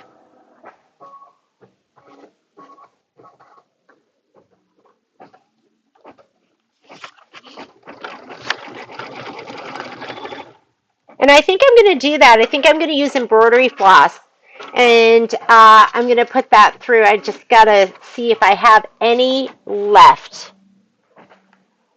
What's a hat? I mean, we all have random bags of embroidery floss, right? Violet's coming back too. I can always ask her to bring it for me. Or maybe I have some pretty thread I can use. I'm sure I have something.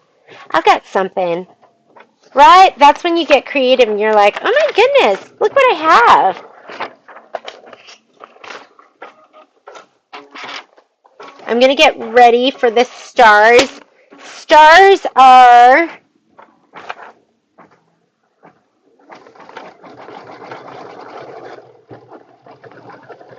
2x6, so I'm going to put it in the 7x12. I'm going to bump it up to the very top. So we can hoop up in our 7x12 if you want. Let me grab my hoop.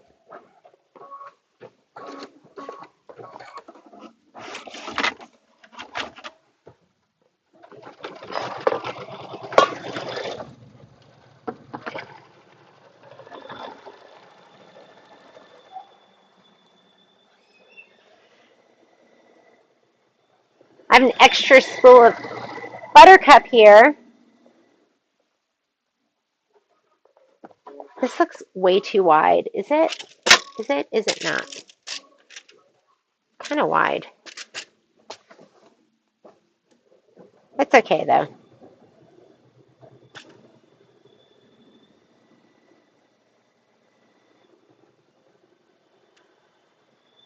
But this is wide. Let me get my, I put instructions like on the top of your sheet. Oh, I threw it away. But for this hoop, let me see. What else do I have over here?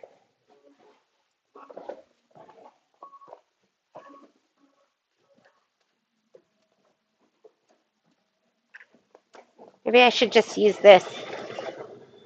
Leftover piece.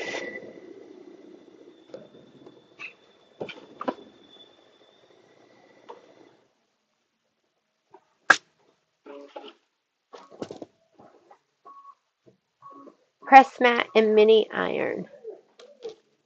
Mini iron set up next to the machine. Heat and bond light. Leave the paper on, and then once cut with scan and cut, I take the paper off and iron it. God. So Michelle, I call her Michelle Burrito, but Michelle Burritt, who's going to be doing that quilting series with us, she heat and bond light. She might be a Decor Bond light. I think she likes Decor Bond. So many different products out there, right? What about Misty Fuse? Can we Misty Fuse it? Oh, I don't want to leave you waiting. Hang on. Let's come on back over here. Oh, guess what? We are done with this one because this is step number 5. And like I said, I am going to be using, I put it back here because I'm the type to lose it forever. I'm going to be putting on that button. So we will come back over here. And if you want to stitch out the Christmas tree, just keep stitching. You're going to just keep stitching. I am hooping up and getting ready to do the next block, which is going to be the stars. And I'm going to scoot it all the way up and stitch them here. We could fill this up and do like the filler blocks and all of that right now.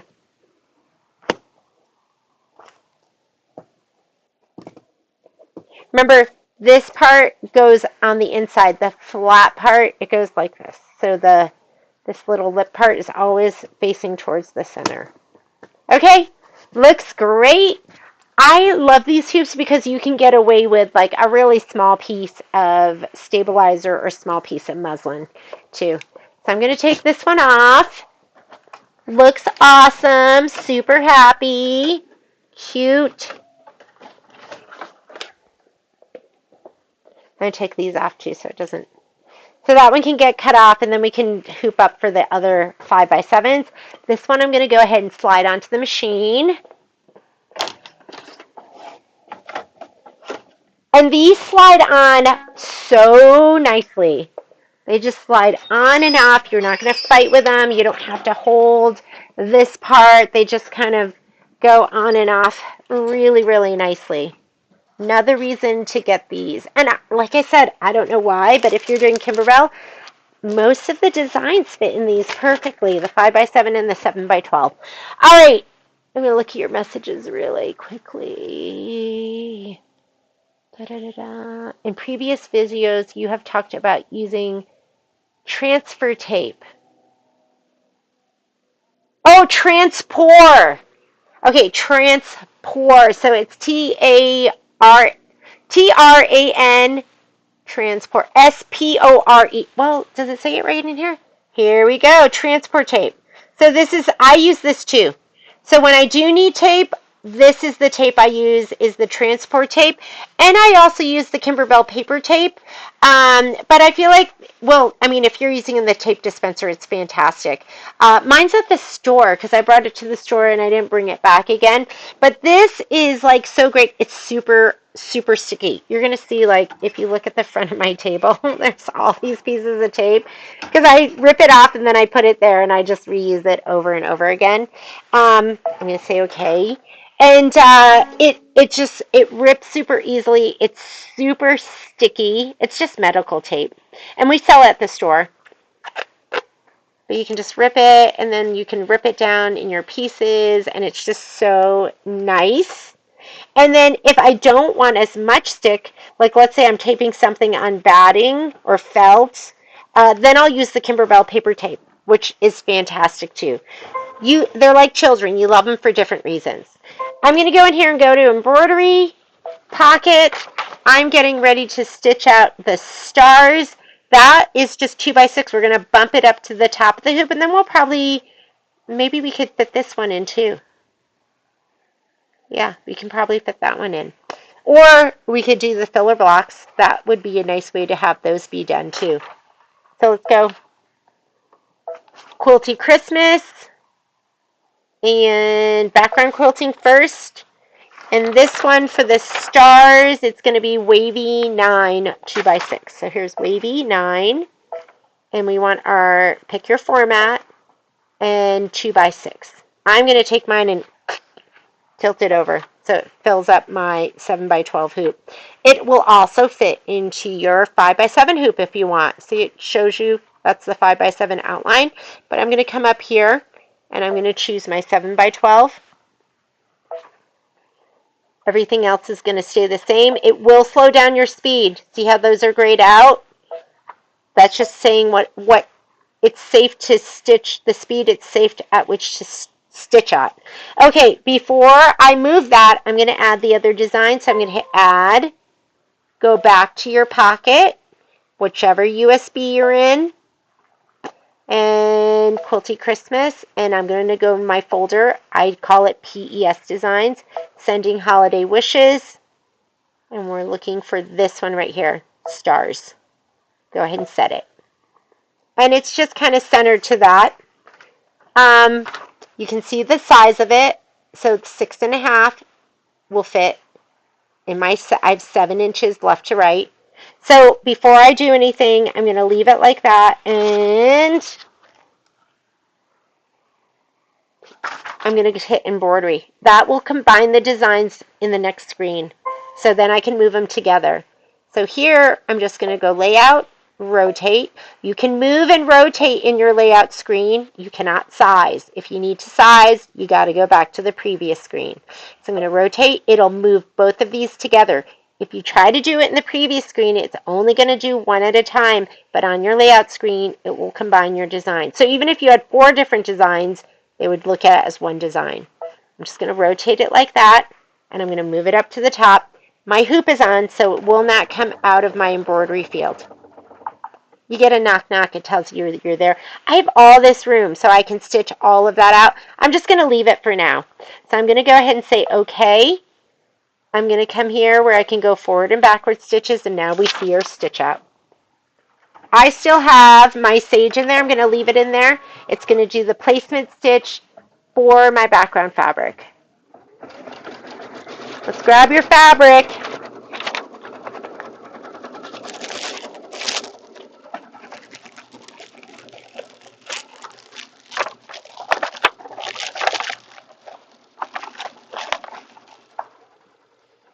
Where's my stars? Ooh, ooh. Stamps. Filler blocks. Stars. Here we go. Oh, I thought that was stitching. I didn't realize that this was going to be applique. That's just, for me, that's progress. Oh, yay. This should be quick. 22 minutes of stitching. Not too bad.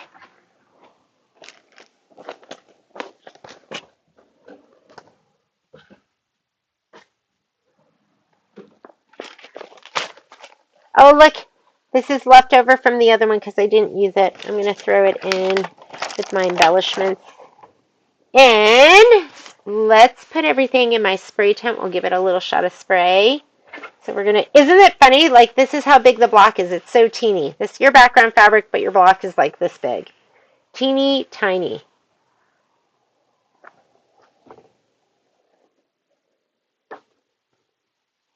I don't even care if it's on the cardboard. It can be in the front part too. It can be up on the sides. Let me grab my spray.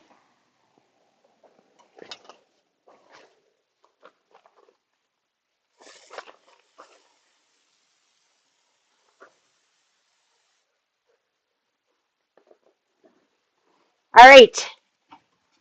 There's your batting placement line. Just go ahead and place your batting down. And then you're also going to place your background fabric. Grab your background fabric. Make sure there's neck. Oh, so there's a thread. Even a white thread shadows through. I'm going to get that off. There's something. What is this? Okay, get my tweezers. It'll be fine. All right, I'm going to center that. Going to get off that poppy here. Push that down. And now we're going to do our tack down, but we're going to skip steps, right? Because we're skipping the batting tack down, the background placement, and we're doing the background tack down. Do it in a color you can see, a contrasting color. It's going to make it easier for you to fussy cut when you're trimming your blocks down.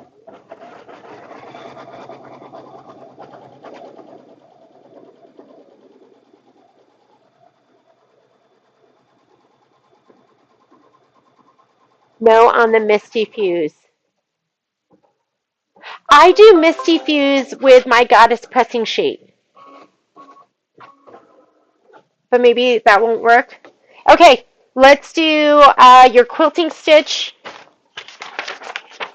We are doing Stars Taffy. Taffy is the color of choice.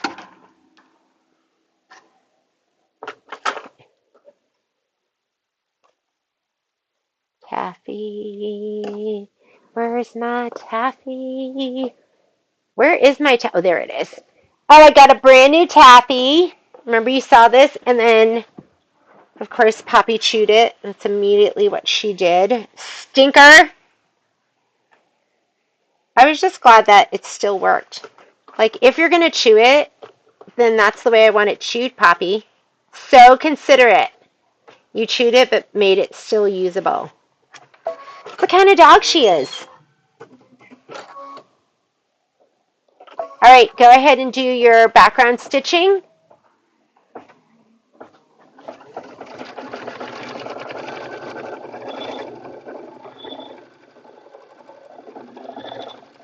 So when you put your Decobond light or your Seam light or your hot fix, do you cut it the same size as your applique piece? So would you, because I feel like there's so much waste, right? So are you gonna cut it to this side? Ooh, do you see that? There is something in there. Oh, it's on the front. No, it's in there. I do not like that. I probably pressed it pretty well. That's probably not the best thing for it, but look at that.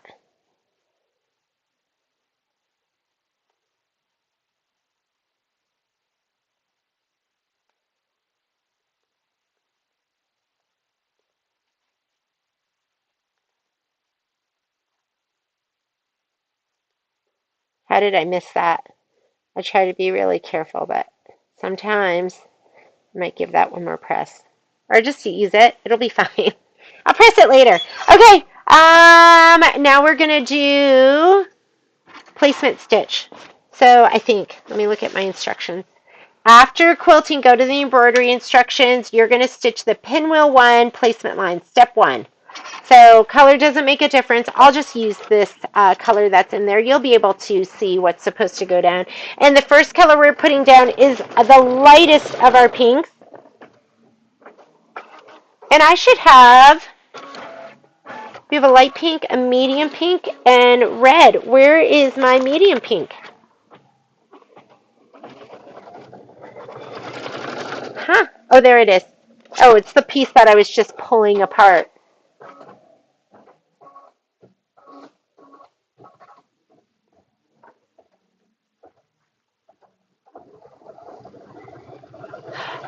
Oh, see, I don't know those things. So you cut your, when you say you cut yours smaller, are you cutting the actual applique pieces smaller, or are you cutting the hot fix smaller, or both? You know, this to me is nonsense, right? I'm just going to stop it. I'm going to stop and I'm going to cut. Because I know where my applique is starting and I know to just center it, and then you don't have to go through all those steps. So now there's the end of my applique right there. I'm just going to put it down and look, it covers the whole thing. So we don't have to do all of that. But I stopped it in the middle of my placement stitch, stitched out. So I have to fast forward until I'm on the orange, which is the tack down. So if you need, okay, let me show you that, and I'll show you how to get there. If you don't know how to get there, I'll go back. So that is, remember, turquoise is placement, orange is tack down. So now I'm going to do the tack down. Color doesn't make a difference. I'll be able to see the taffy on the light pink, and I'm just going to go ahead and do the tack down. I lay my pieces out in canvas by color, all grouped together, then only put heat and bond on that size piece. Oh my God, Kimberly, you're going to have to do a class for me. I can ask Michelle too, right? I've got an expert in the store.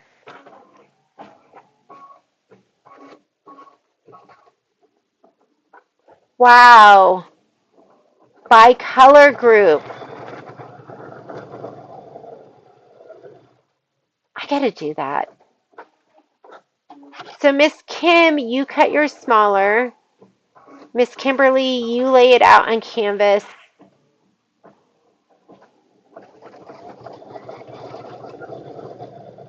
You learned it from Michelle. I know. Oh man.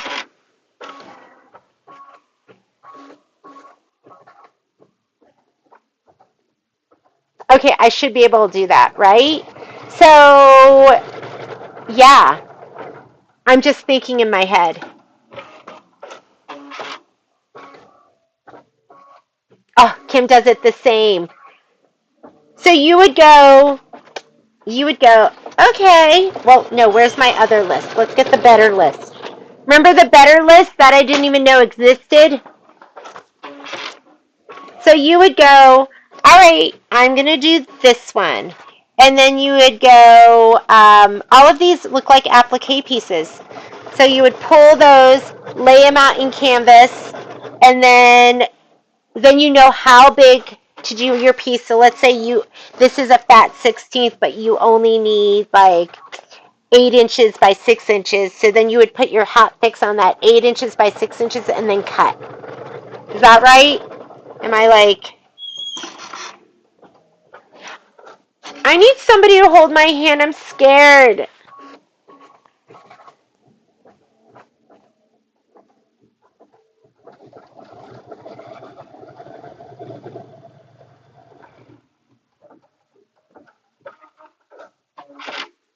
Okay, let me see what's next week, because but my pieces are already cut. So I have to do it before then, right? So what is next?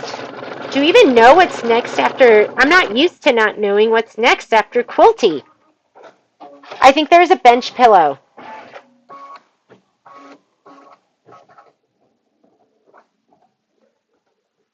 SF 101 and Hot Fix.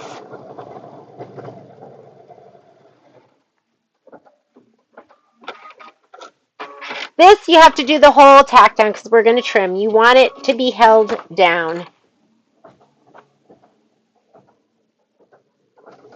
The wheels are turning in my head. And my head is saying, do it. And then the other part of my head is saying, don't do it. It's scary. Can I tell you, I've had so many scan and cuts, and you ladies, Margie, I got to do it for you, because if you can do it, I can do it, right? Because you can learn, I can learn. What's my problem? I don't want to learn. Yeah, because you're like, why are you doing that, Jeannie? You could be done. You could have all your scan and cut pieces, and you could just be placing it right now. Why don't you work smart? Work smart, not hard.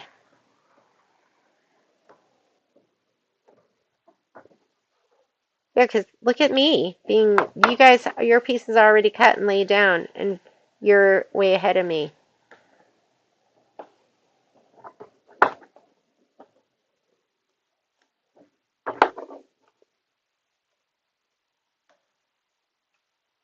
I know. I'm excited. Are you guys excited to see Michelle's video on that? Some of you are probably already doing it. I'm going to watch it tonight. Maybe I'll watch it when I'm shipping today at the store.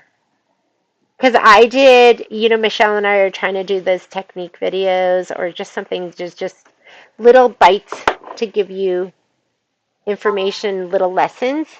And um, when she told me, because we were dividing it up, and I said, okay, I'm going to do it the old school way.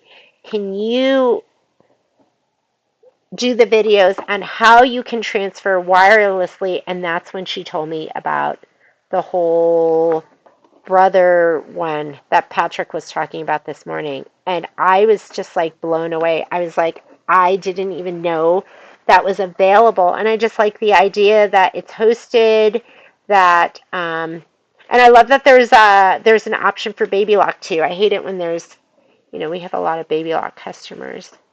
So I love it that it's on there. And I think what we should do is we should schedule a time where we all do it together. And that way it's not scary and we're scheduled, and so we all do it. Because if I schedule a time to do it where I'm like, okay, I'm going to do it this time, then it forces me to do it because I'm committed to you.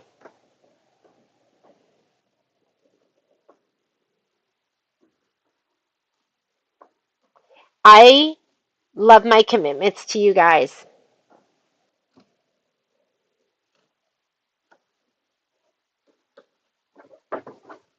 It makes me productive. I like being productive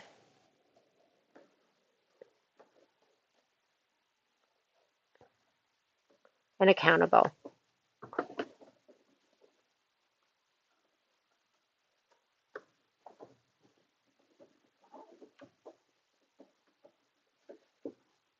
I know you. Are you guys watching me and being like, just shaking your heads, going, if she had just done it on her scan and cut, we would be moving on right now. She's got a scan and cut. Why isn't she using it? It's so sad.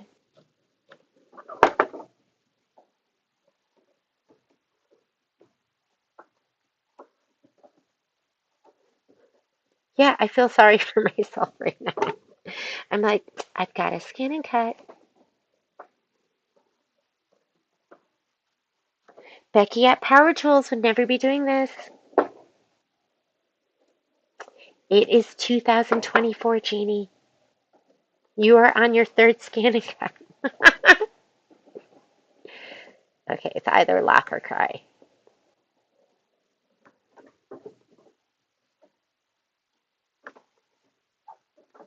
I am doing it. Okay, I am taking my scan and cut with me to Salt Lake, and I am doing Michelle's Get to Know Your Scan and Cut class.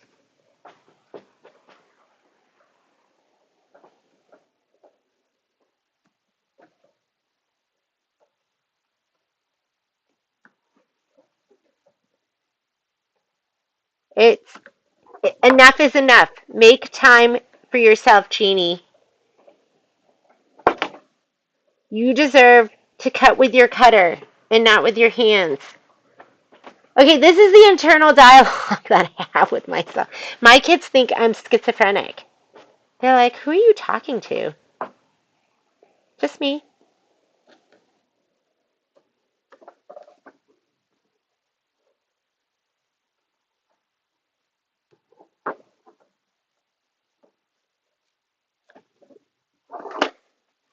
How long did that take me? And now we have to do it again.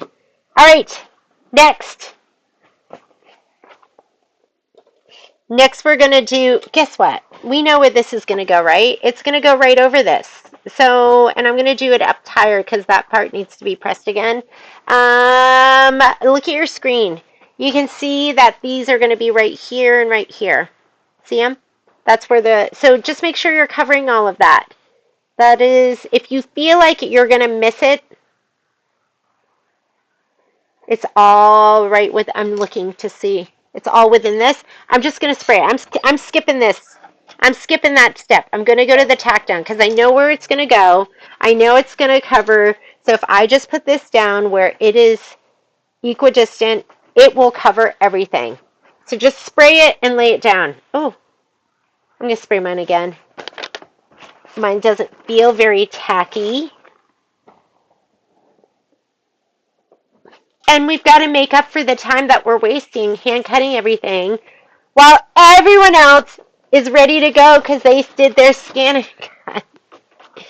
All right, here we go. I'm just going to put up a little bit too. I think this is color doesn't make a difference, but let's look. Yes. If you look at here again, Color doesn't make a difference. Color doesn't make a difference. So I'm just going to do my tack down. I'm just leaving my taffy in there. Okay, I've had a long conversation with myself, and I came unthreaded. How do you get back? Well, right here, this will go to the next color. This will go to the begin. If you're in the middle or started it, it will go to the beginning of that step that you're in. And just confirm you're orange and that you're not turquoise. I'm going to go back to the orange. Here we go.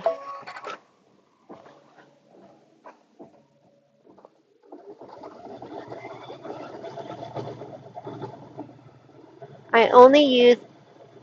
What's SF201? I don't even know what that is. Okay, you're going to have to educate me. Is that something even better? I only use SF201 on the applique pieces that the background fabric would show through. The hot fix acts like a stick. Yeah, because the hot fix is like, I mean, I know there's hot fix light, I think, and the regular hot fix, but it is thicker. I know, I need to take Michelle with me and be like, Michelle, hold my hand. This is scary. Oh my God. So what we should do, Kim Johnson, is you should invite me to your scan and cut party. So maybe we could do a scan and cut party all together and we could all cut our pieces. Or maybe I can learn and then I can host a scan and cut party. I want to come to your scan and cut party. Can I be invited? Can I tell you how many friendships I have because I invited myself?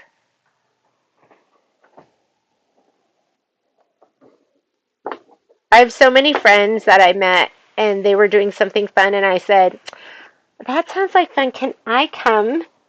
And now we're wonderful friends. I want my other snips. I need a little bit more oomph. Okay, so for every project, should we start with the scan and cut party first before we do the rest of the cutting? Like, what would make more sense? Because you don't want to cut all those pieces if we're just going to scan and cut them, right? Oh my God. I'm getting all excited that we're going to do this scan and cut party. And then, who knows, maybe Kim Johnson won't even invite me. Can I zoom in? You're going to be like, she seems kind of needy.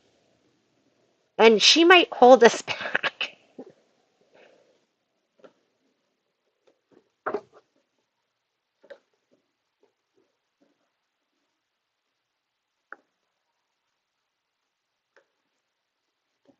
Honestly, there's always the next project coming up, and I don't even know what it is. I'm gonna be meeting with my I think that there's some bench pillow, right? You know where I find out about all this stuff from you guys. You guys always let me know because my head's like buried in the sand.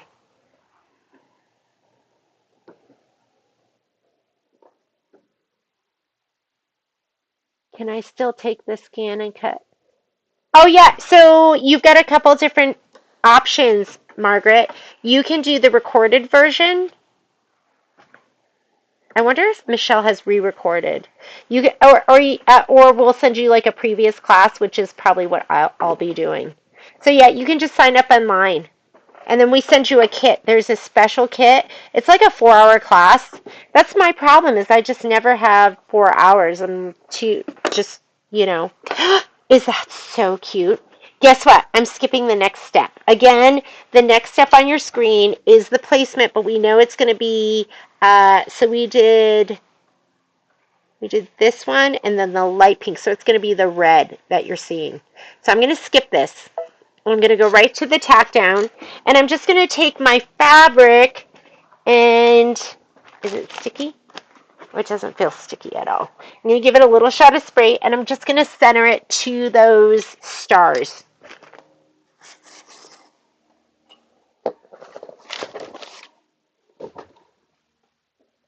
Here we go. Center, and you should be fine. And now I'm going to do the tack down, and again, color doesn't make a difference, so just go ahead and stitch it out. And then we're going to do it the old-fashioned way and hand trim our applique. But next time, no. Next time, we are going to have Scan and Cut Party with Kim Johnson, and then we are going to cut all our pieces beforehand. I think there's a new bench pillow coming out, but I don't know more than that. That's all I'll say.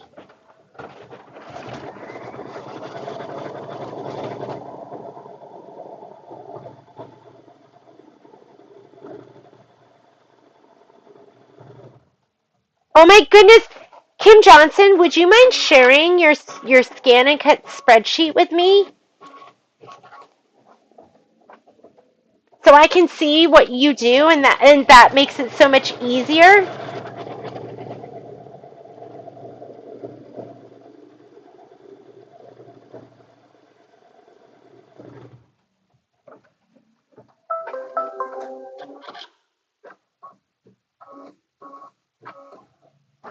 Okay, let's trim it up. I know my Scan and Cut ladies are all done. They're like on to the next block.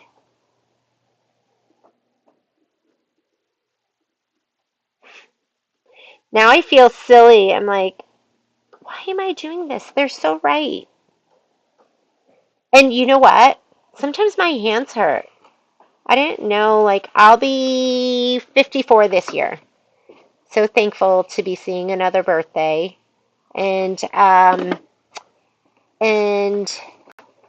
I get achy hands sometimes.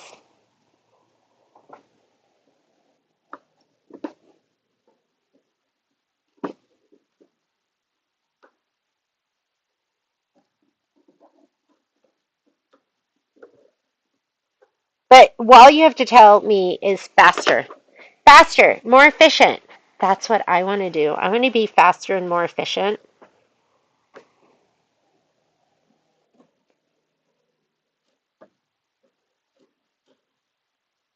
But then there's also times where I'm like, I don't want to learn. I don't want to learn. What I really want is I want Patrick to sew with me. Because why does he have to go ride some silly mountain bike? I want Patrick to learn how to put on binding and stitch in the ditch and do Kimberbell borders. Because those are the stuff I don't want to do. I want Patrick to do that.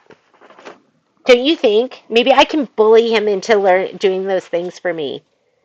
Because, right? Wesley does whatever Buttercup, what I'm thinking is true. Wesley does whatever Buttercup tells him to do. And even though he says, as you wish, he doesn't mean it.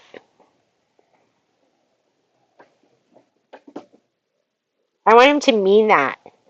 So I can say, put on my binding.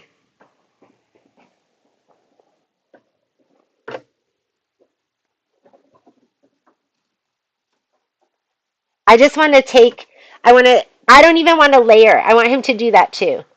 So I want him to layer, stitch in the ditch, put on the binding.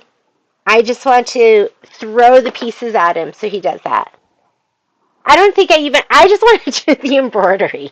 And I do love doing the piecing. Okay, ready? Where are we at? We just did this.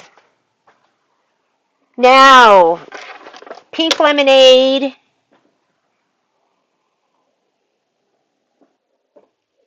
Taffy.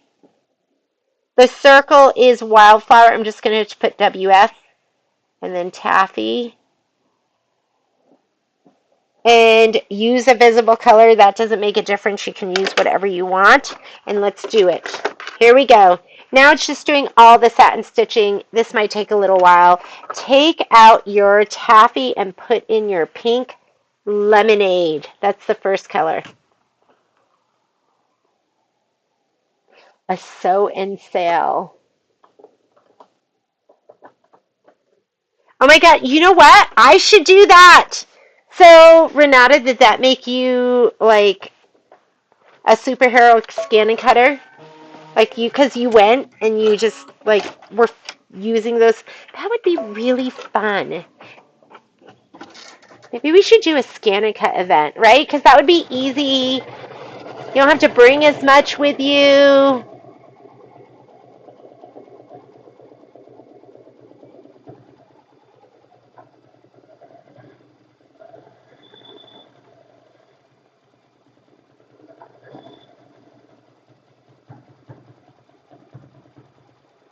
Kim, do you mind if we shared that with the group so we like can be inspired and know what would make sense to put on this spreadsheet?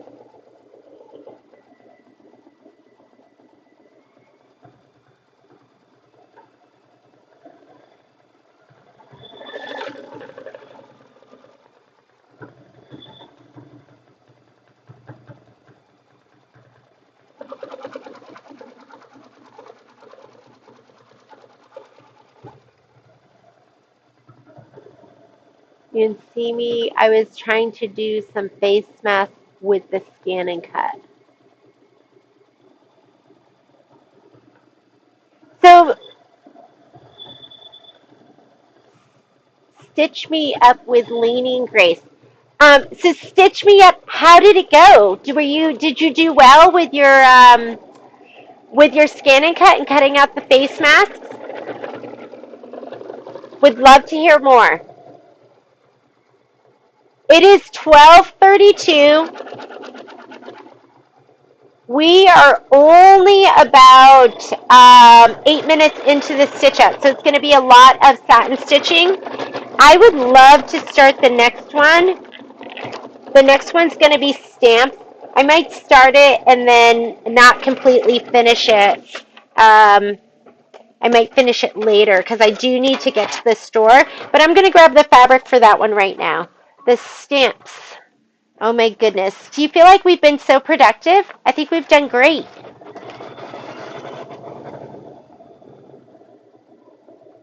Okay.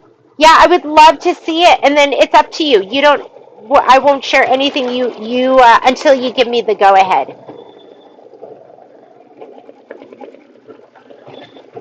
But I love Streamline. I love a spreadsheet. You guys know I love spreadsheets. That's something that just helps us organize.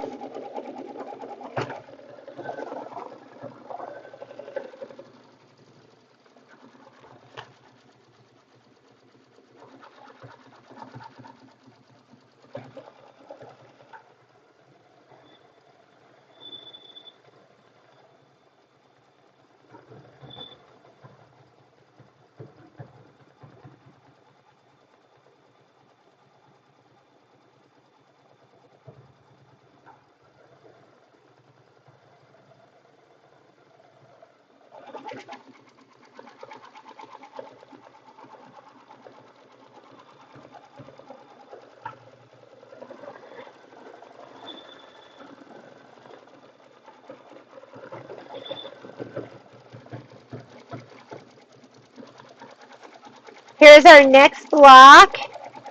Oh my goodness. The next one is going to be stamps section 1. How cute. And I love the new polka dot fabrics they have. So it's going to be this. I mean, is this just so sweet? Does it just like, ugh, I just love it. So adorable. These are the fabrics you're going to need. So go ahead, we're going to stitch out the applique. We are going to start this one. You also do need your red glitter applique, and you just need a little piece that's going to be here on the bow. I think that's going to be it. I'm not even going to grab mine from my kit. I'm just going to grab mine from my box of leftover Kimberbell embellishments.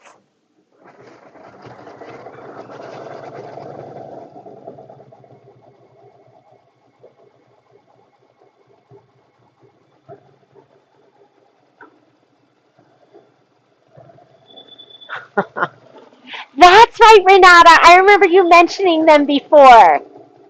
The hens. Oh, this is so sweet.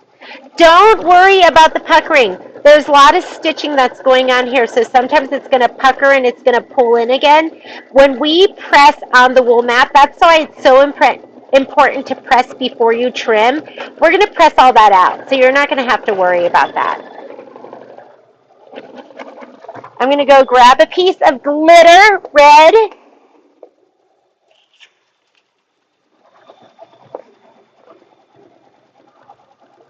Look at this gorgeous piece. I'm going to use that.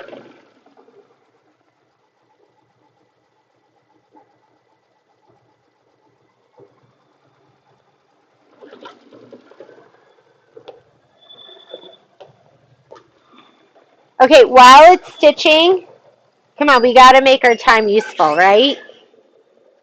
Let's go ahead. We can trim these out. Take this off. See, this is what you waste. So if I cut this now, we cut it here.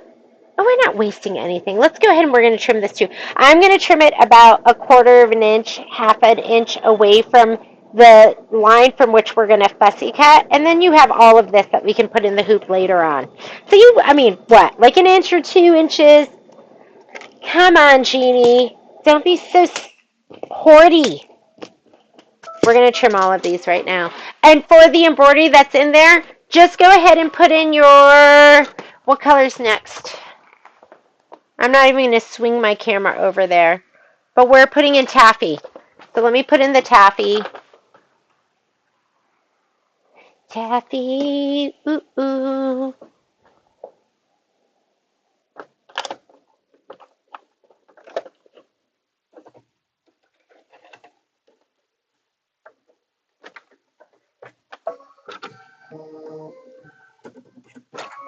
Okay, stitch. I just put taffy in, and it's doing satin stitching.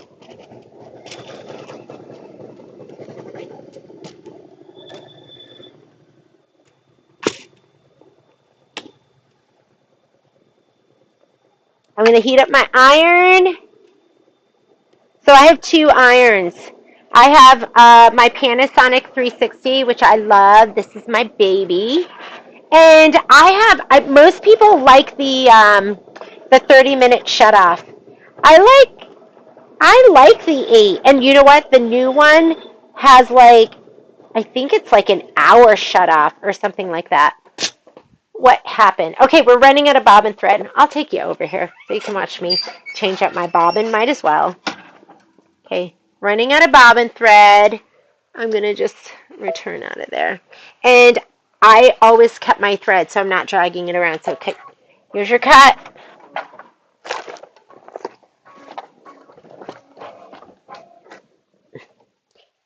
This is when your quilt block accidentally folds under. When you take it off and put it back on again. And these I just throw away. I use Filtech pre-wound bobbins. I think they're the way to go. You're going to get more thread on your bobbin. You can see right here, like if you look here, I can see where the thread is. All right. We sell them by the box. You can buy a tube, but I mean, if you're doing a lot of stitching, just get a box. My very first box of pre-wound bobbins, I split with my girlfriend. Sage and I split it together. And now I just get my own box. Okay, I'm going to go minus 10 stitches. You can go minus 20 if you want and just start stitching again, okay? Oh, and make sure if you have an embroidery on there, you fluff it. This is seriously the times where it gets folded under and you stitch it down and then you start saying bad words. We're going to be fussy cutting to that outside line. So I'm just going to cut it about 1/2 an inch, 1/4 of an inch from that. That should be enough. Don't cut it right on there. You might need a little bit. You might need a little bit more space than that.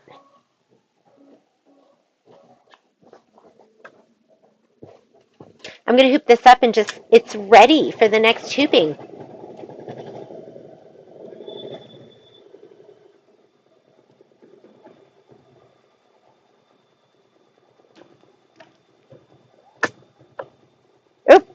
This takes the big one.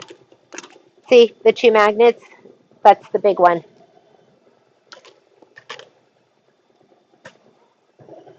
Look, I don't even have to have it all the way up there.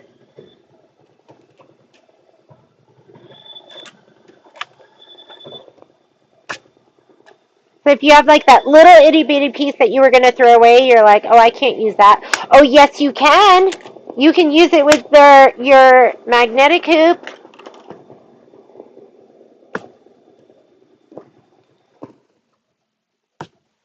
You see I'm a little bit askew here. There. This is ready to go. I'm just going to put it this side next 5x7 hooping. I am hooped. Okay, I like to press these out face down with some moisture, and sometimes I'll use my OESD pressing cloth, but definitely down into a wool mat that has a little bit of give to it. Because what it does is, if your puckery like this pushes your embroidery and spreads the fabric. If you're doing something directional, be mindful of that.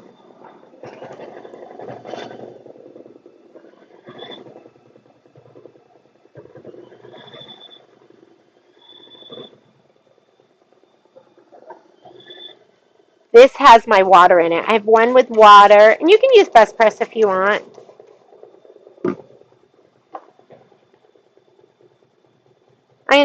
I'm gonna just go up and down little bits.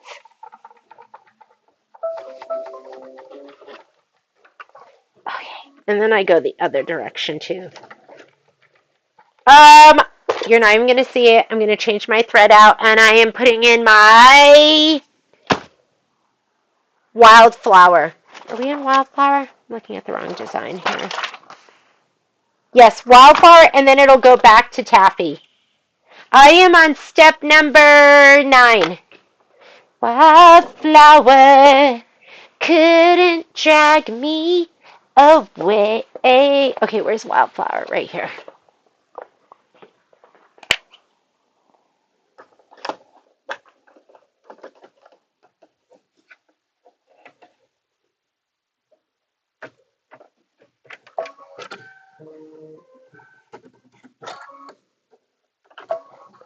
Okay, I'm gonna keep pressing. But look how much this pulled in. Do you see that?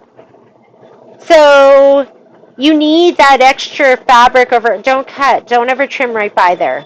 You're gonna trim that back later. But see how nice and flat it is too? So press on you need a wool mat. You gotta have one.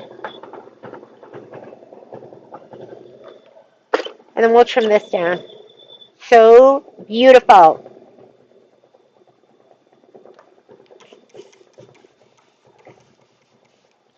Use a little moisture too. Okay. I'm just going to go little. Just in one direction. You can press. You don't have to iron. This is ironing. Pressing is just holding it down.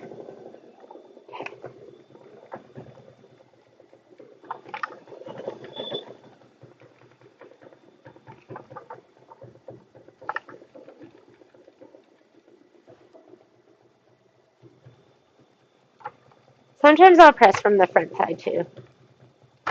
Or iron. Sorry. I know. I use those words interchangeably, but they're both very different things. Okay. So cute. All right, look at this has stripes. Press in the direction of so go this way. This way. And then I sometimes will go in the opposite direction, but you always want to go in the direction of your stripes first.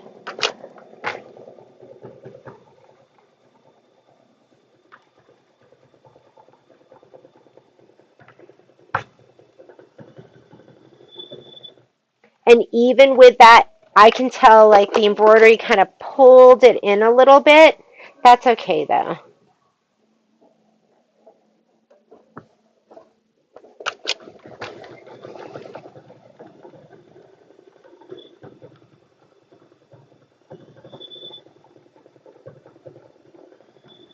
You want it flat. I might give it a little press in the middle. See if I can just... That's pretty good. And that has nothing to do with you. That is the stitching. It was just thick around this and pulled it in. It'll look gorgeous once we what's the word I'm looking for? Once we sew it in, it'll be gorgeous. All right. I think that's as much as we can do for pressing. That's all we have, right? We have these three, and then the stars that's in the hoop right now. Let's come on back over. This, I think, is my last color. It's $12.49. We're going to stitch this, and then we're going to have to switch back to our taffy. There's one more thing of taffy, and then we're going to use a visible color to stitch the trimming guideline. So there is a trimming guideline. And I think that's all we're going to have time for. I think I'll do this for homework. And like I said, don't worry about the puckering. We're going to get all of that out.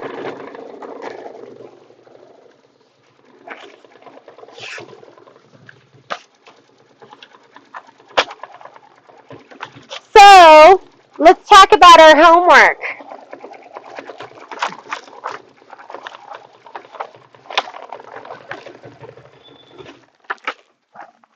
Oh, you know what's so great about these? I think all of these have, they don't have borders that we have to do. Yay!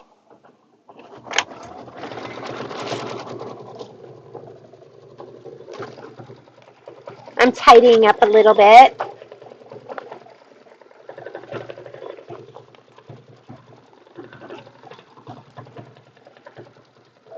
So our homework is going to be, you know what I should do because it's quick?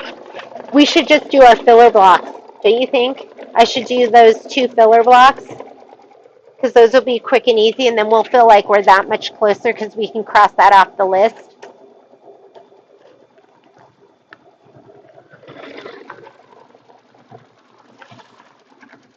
Filler block 1 and 2. So we'll do that. We won't do the other one because it'll take too long. But filler block 1 and 2 are going to be, here's 1 and this is 2. So those 2, I'm going to grab the fabric for those. Here's my little pouch with filler blocks in them. And plus they're the longer ones, so they're the easy ones to see. Okay, we're going to do those 2 filler blocks.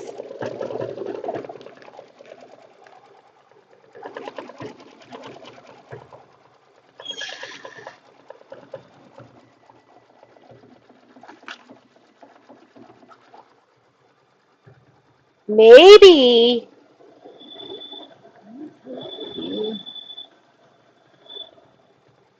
Oh my God, Shelly, your friend was in the store, and I'm sorry, her name is escaping me right now. But I think she had just seen you, and we had a nice time chatting.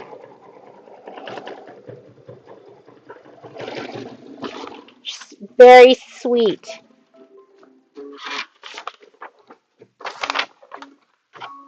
Okay, let's go ahead and put in our, make sure it's taffy, right? Make sure yes, we're going to put taffy in again.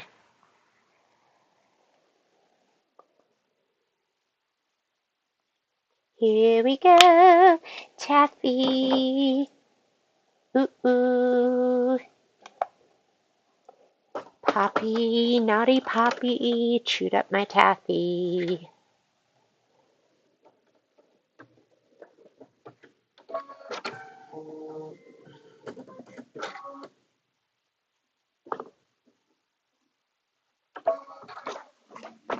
I'm going to cross off what we've gotten done because I'm going to feel like, ooh, we did something.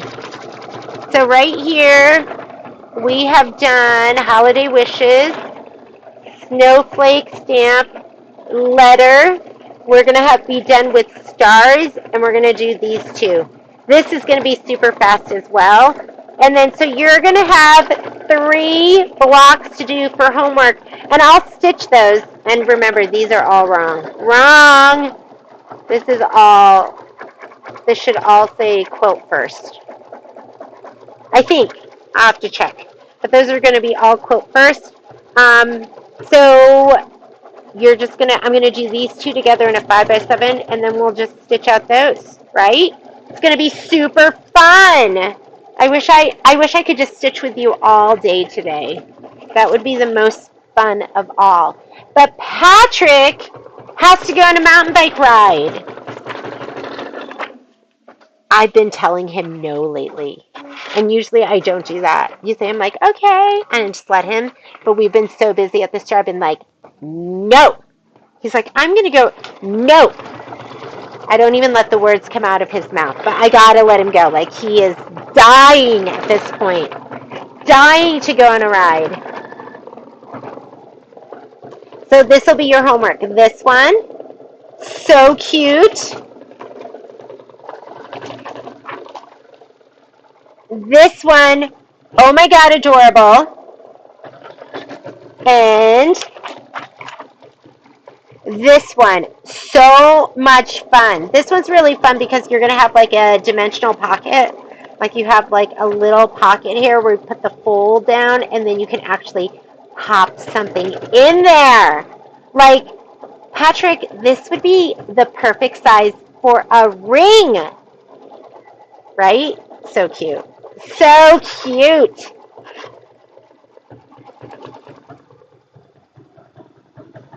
Yes, it was Miss Karen. Yeah, and she said she had just gotten back from seeing you, and I was like, oh, that's so much. We were talking about how long you guys have been friends, and isn't it crazy? Like the older we get, like the longer our friendships have been around. She's telling me about the health food store and how you guys met.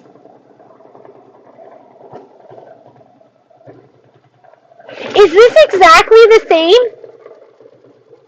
Miss Lynn, is it exactly the same? I don't remember. I have that quilt at the store.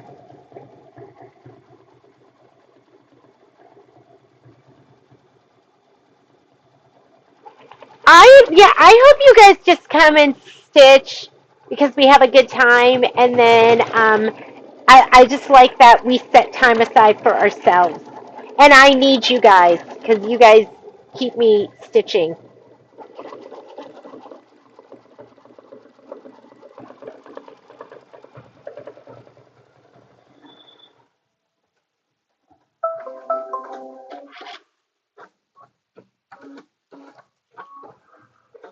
Okay, we are doing that last stitch out, and they said use a visible color so you can see it. And I'm going to go ahead, I think I'm just going to put in my red because I have green and I don't want it to get confused with the pink.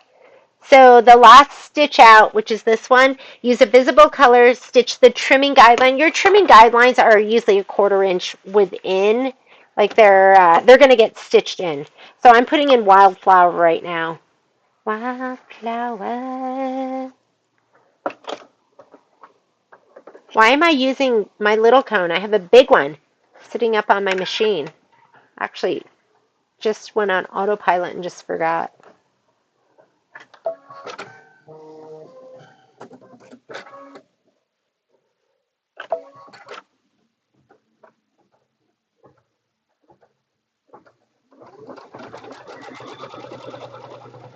Because they know that it's pulled in a little bit, right? Look how ripply that is. Don't worry, it'll be fine. It's gonna all be fine. Okay, now you're gonna press, but you're gonna fussy cut to that.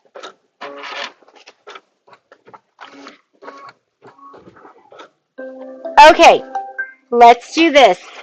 So I am going to trim this down just a little bit, but remember I want to leave some of it, but I just don't want it to be in the way for when I'm doing my my next filler blocks. I'm just going to cut off this much.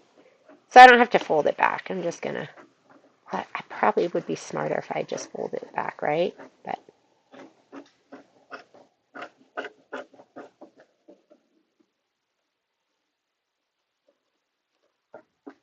all right. I'm going to go ahead and load my filler blocks. I'm going to leave this design here so that I know where that is so I don't run it in. I can take a picture too. But I'm going to load the filler blocks. We have, for filler block 1, wavy 9 2x6. So I'm going to hit return because you have to be in the previous screen to add. I'm going to touch add, and we're just doing the filler block. So I'm going to touch Quilty Christmas, background quilting, wavy, and the embroidery design. Choose your format, and I'm doing 2x6. This guy right here. I'm going to rotate it. Edit, rotate. You want to do it in this screen, not the next screen, because it will combine those and it'll rotate everything. Right now, we just want that individual one to rotate. And I'm going to scoot him up. Okay, I'm going to say OK, add. Now we're going to add the other one, which is Christmas 14. Okay, it sounds like somebody's outside chewing branches. That could be Momo. My format, 2x6 right here. Oh, that one is so cute. I'm going to rotate it this way because I want the little ornament. I feel like that's more right side up. There he is, and I'm going to move him down. I just have a little... Oh my God. What is Momo doing out there? Okay, we're ready. So now that those are there and I know where this one is, I can get rid of this. But I wanted it there so I could place the other two. So I'm going to take that, and I'm just going to hit delete. And I'm going to hit that, and I'm going to hit delete. And now I don't have to worry about fast forward. I could have left it there and just fast forward, but I'm going to just touch embroidery. I'm going to color group. So, because I wanted to do all the placements all at once. As far as the embroidery, the quilting stitch, they're different. So I'm going to have to stop it because it registers it as green for quilting. It'll give me an opportunity to stop so I can do my color change. But I'm going to touch layout. As long as they're not overlapping, I can color group. If I'd left the other design here, it had background quilting with a design on top of it, it wouldn't allow me to color group. But this will because I didn't put a design on top. So now there's my placement, my tack down for batting, my placement for background, my tack down for that, and then the quilting. Remember, it's going to go from one straight to the other one, so you have to stop in between to do your color change. All right, let's do it. Here we go. Placement stitch first. Yes, please hit your thumbs up button. Please like. And while it's doing this, I'm going to go ahead and spray these fabrics.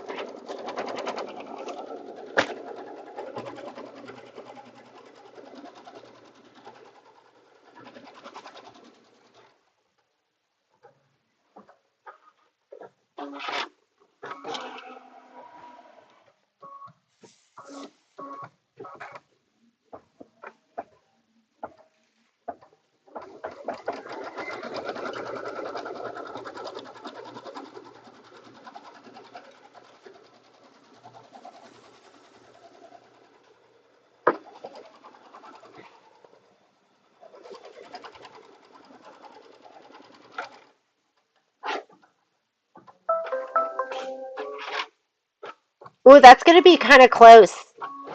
That is because I think I'll be okay. It's pretty close though.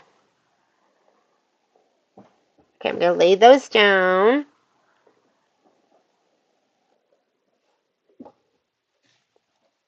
I'm going to put these down. Which one goes down first? This one I think is number 1.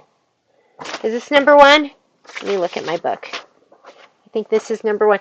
This is non-directional, but I mean, if you look at it, you can kind of go, oh, it seems like sometimes with the non-directional, there is a direction that makes more sense to you or to your brain. So look at it. Like for me, it's going to be that writing right there, right? I mean, that's right side up. That's sideways, but that is so upside down, so I'm going to put it like this. And you want about 1/4 of an inch all the way around. Feel. That feels pretty good. You want it to be about equidistant. You have 1/4 inch of kind of waist. That's going to be around that. This one, totally non-directional. I'm going to And you can peek under here and go, okay, is that about even left and right? I'm going to scoot it to the right a little bit. And is that even top and bottom? I'm going to scoot it down a little bit. Is this even? This feels like I had so much more room. All right. You're going to fussy cut to this. So I'm just going to leave that. I'm going to go here where you go backwards, forward and backward stitches. I'm skipping all of that. I'm skipping that. I just want the orange because that's the tack down. I'm still on turquoise, so I'm going to hit this down arrow to take me to the orange. I just didn't want to overshoot, so I touched somewhere in the turquoise and then use the arrow to get where I want to go.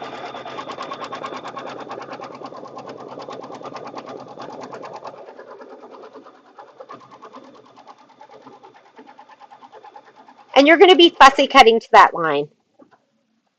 So that's perfect.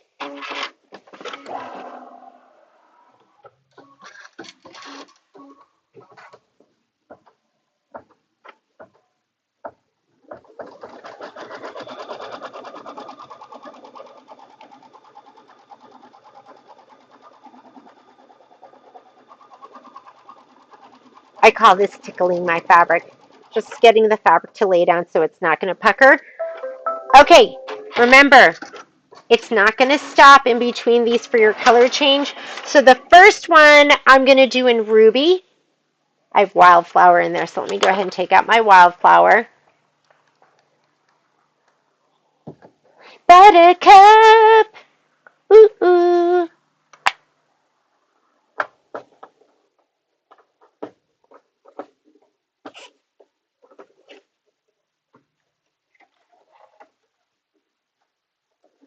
Okay, ruby. And go ahead and hit start, and it's going to do the quilting stitch for the top one.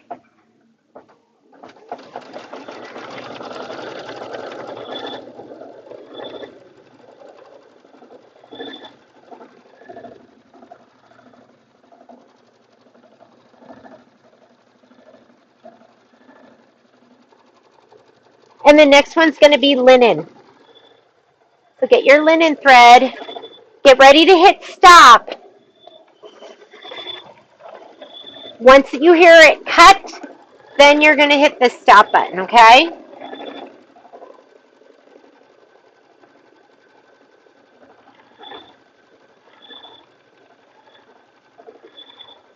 It will go to the other embroidery, but it won't start stitching. There's your cut. Just hit the start stop. This is your start and your stop. And now it'll give you an opportunity to change your thread. Remember, put your foot up. Foot is down. Foot needs to be up. Take out your thread. Don't pull back. Just unthread. And then let's put in our linen. And we're going to stitch out that little bauble, that little ornament. That's so cute. And we will be done with our larger of the two filler blocks. And then I am going to go to the store, get a couple packages out really fast. There's a couple that some stuff came in today.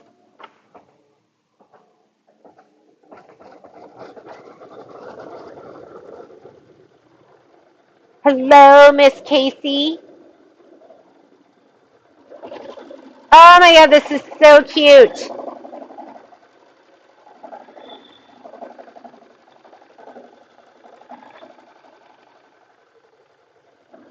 And look at, we're only 8 minutes past.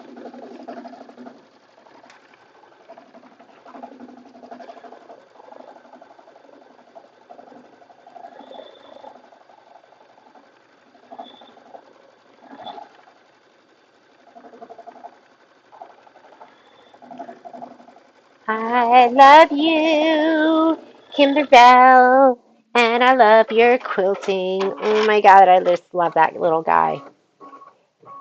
And that is it for me for today. So, like I said, I think we went through the sheet. You are going to, for your homework, and I will do my homework and film it, feels so good when we can, doesn't it feel so good when you have a checklist and you cross something off of it?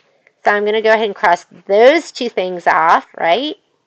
And so we're going to do these two. I will film those and these three, and then we'll put it all together, and I will have this to show you next week. So exciting. I will fix this too, so that won't confuse you. All right. Have a great weekend. I'll see you at some point because or you'll see me because I'll be filming. Reach out if you have any questions, and we will do our next sew along. I have to look at the schedule, but as long as next Friday is available, we'll do it in the morning. If it's not, we'll do it in the afternoon. If that's not available, we'll do it on Thursday. But we will have a sew along. Next sew along we're going to work on is going to be Quilty Wishes. Let's see how big Quilty Wishes is. Is it little? Is it big? It's the gingerbread ones. Oh my goodness. Is this so cute? Here's Quilty Wishes, and we do have borders on that one. That is adorable. The Christmas tree and the ornaments and those snowflakes and I just love these. So that is going to be what we're going to work on next week. This one, you're going to finish up for homework, and I should have it to show you next week. Thank you, everyone, and I've been inspired. Kim Johnson, if you wouldn't mind sending me that spreadsheet, and then maybe if I have questions, I can reach out to you. And I love the idea of doing a scan and cut cutting party. Like, that just sounds like so much fun to me. That's when stuff that's work becomes fun because I'm doing it with my friends.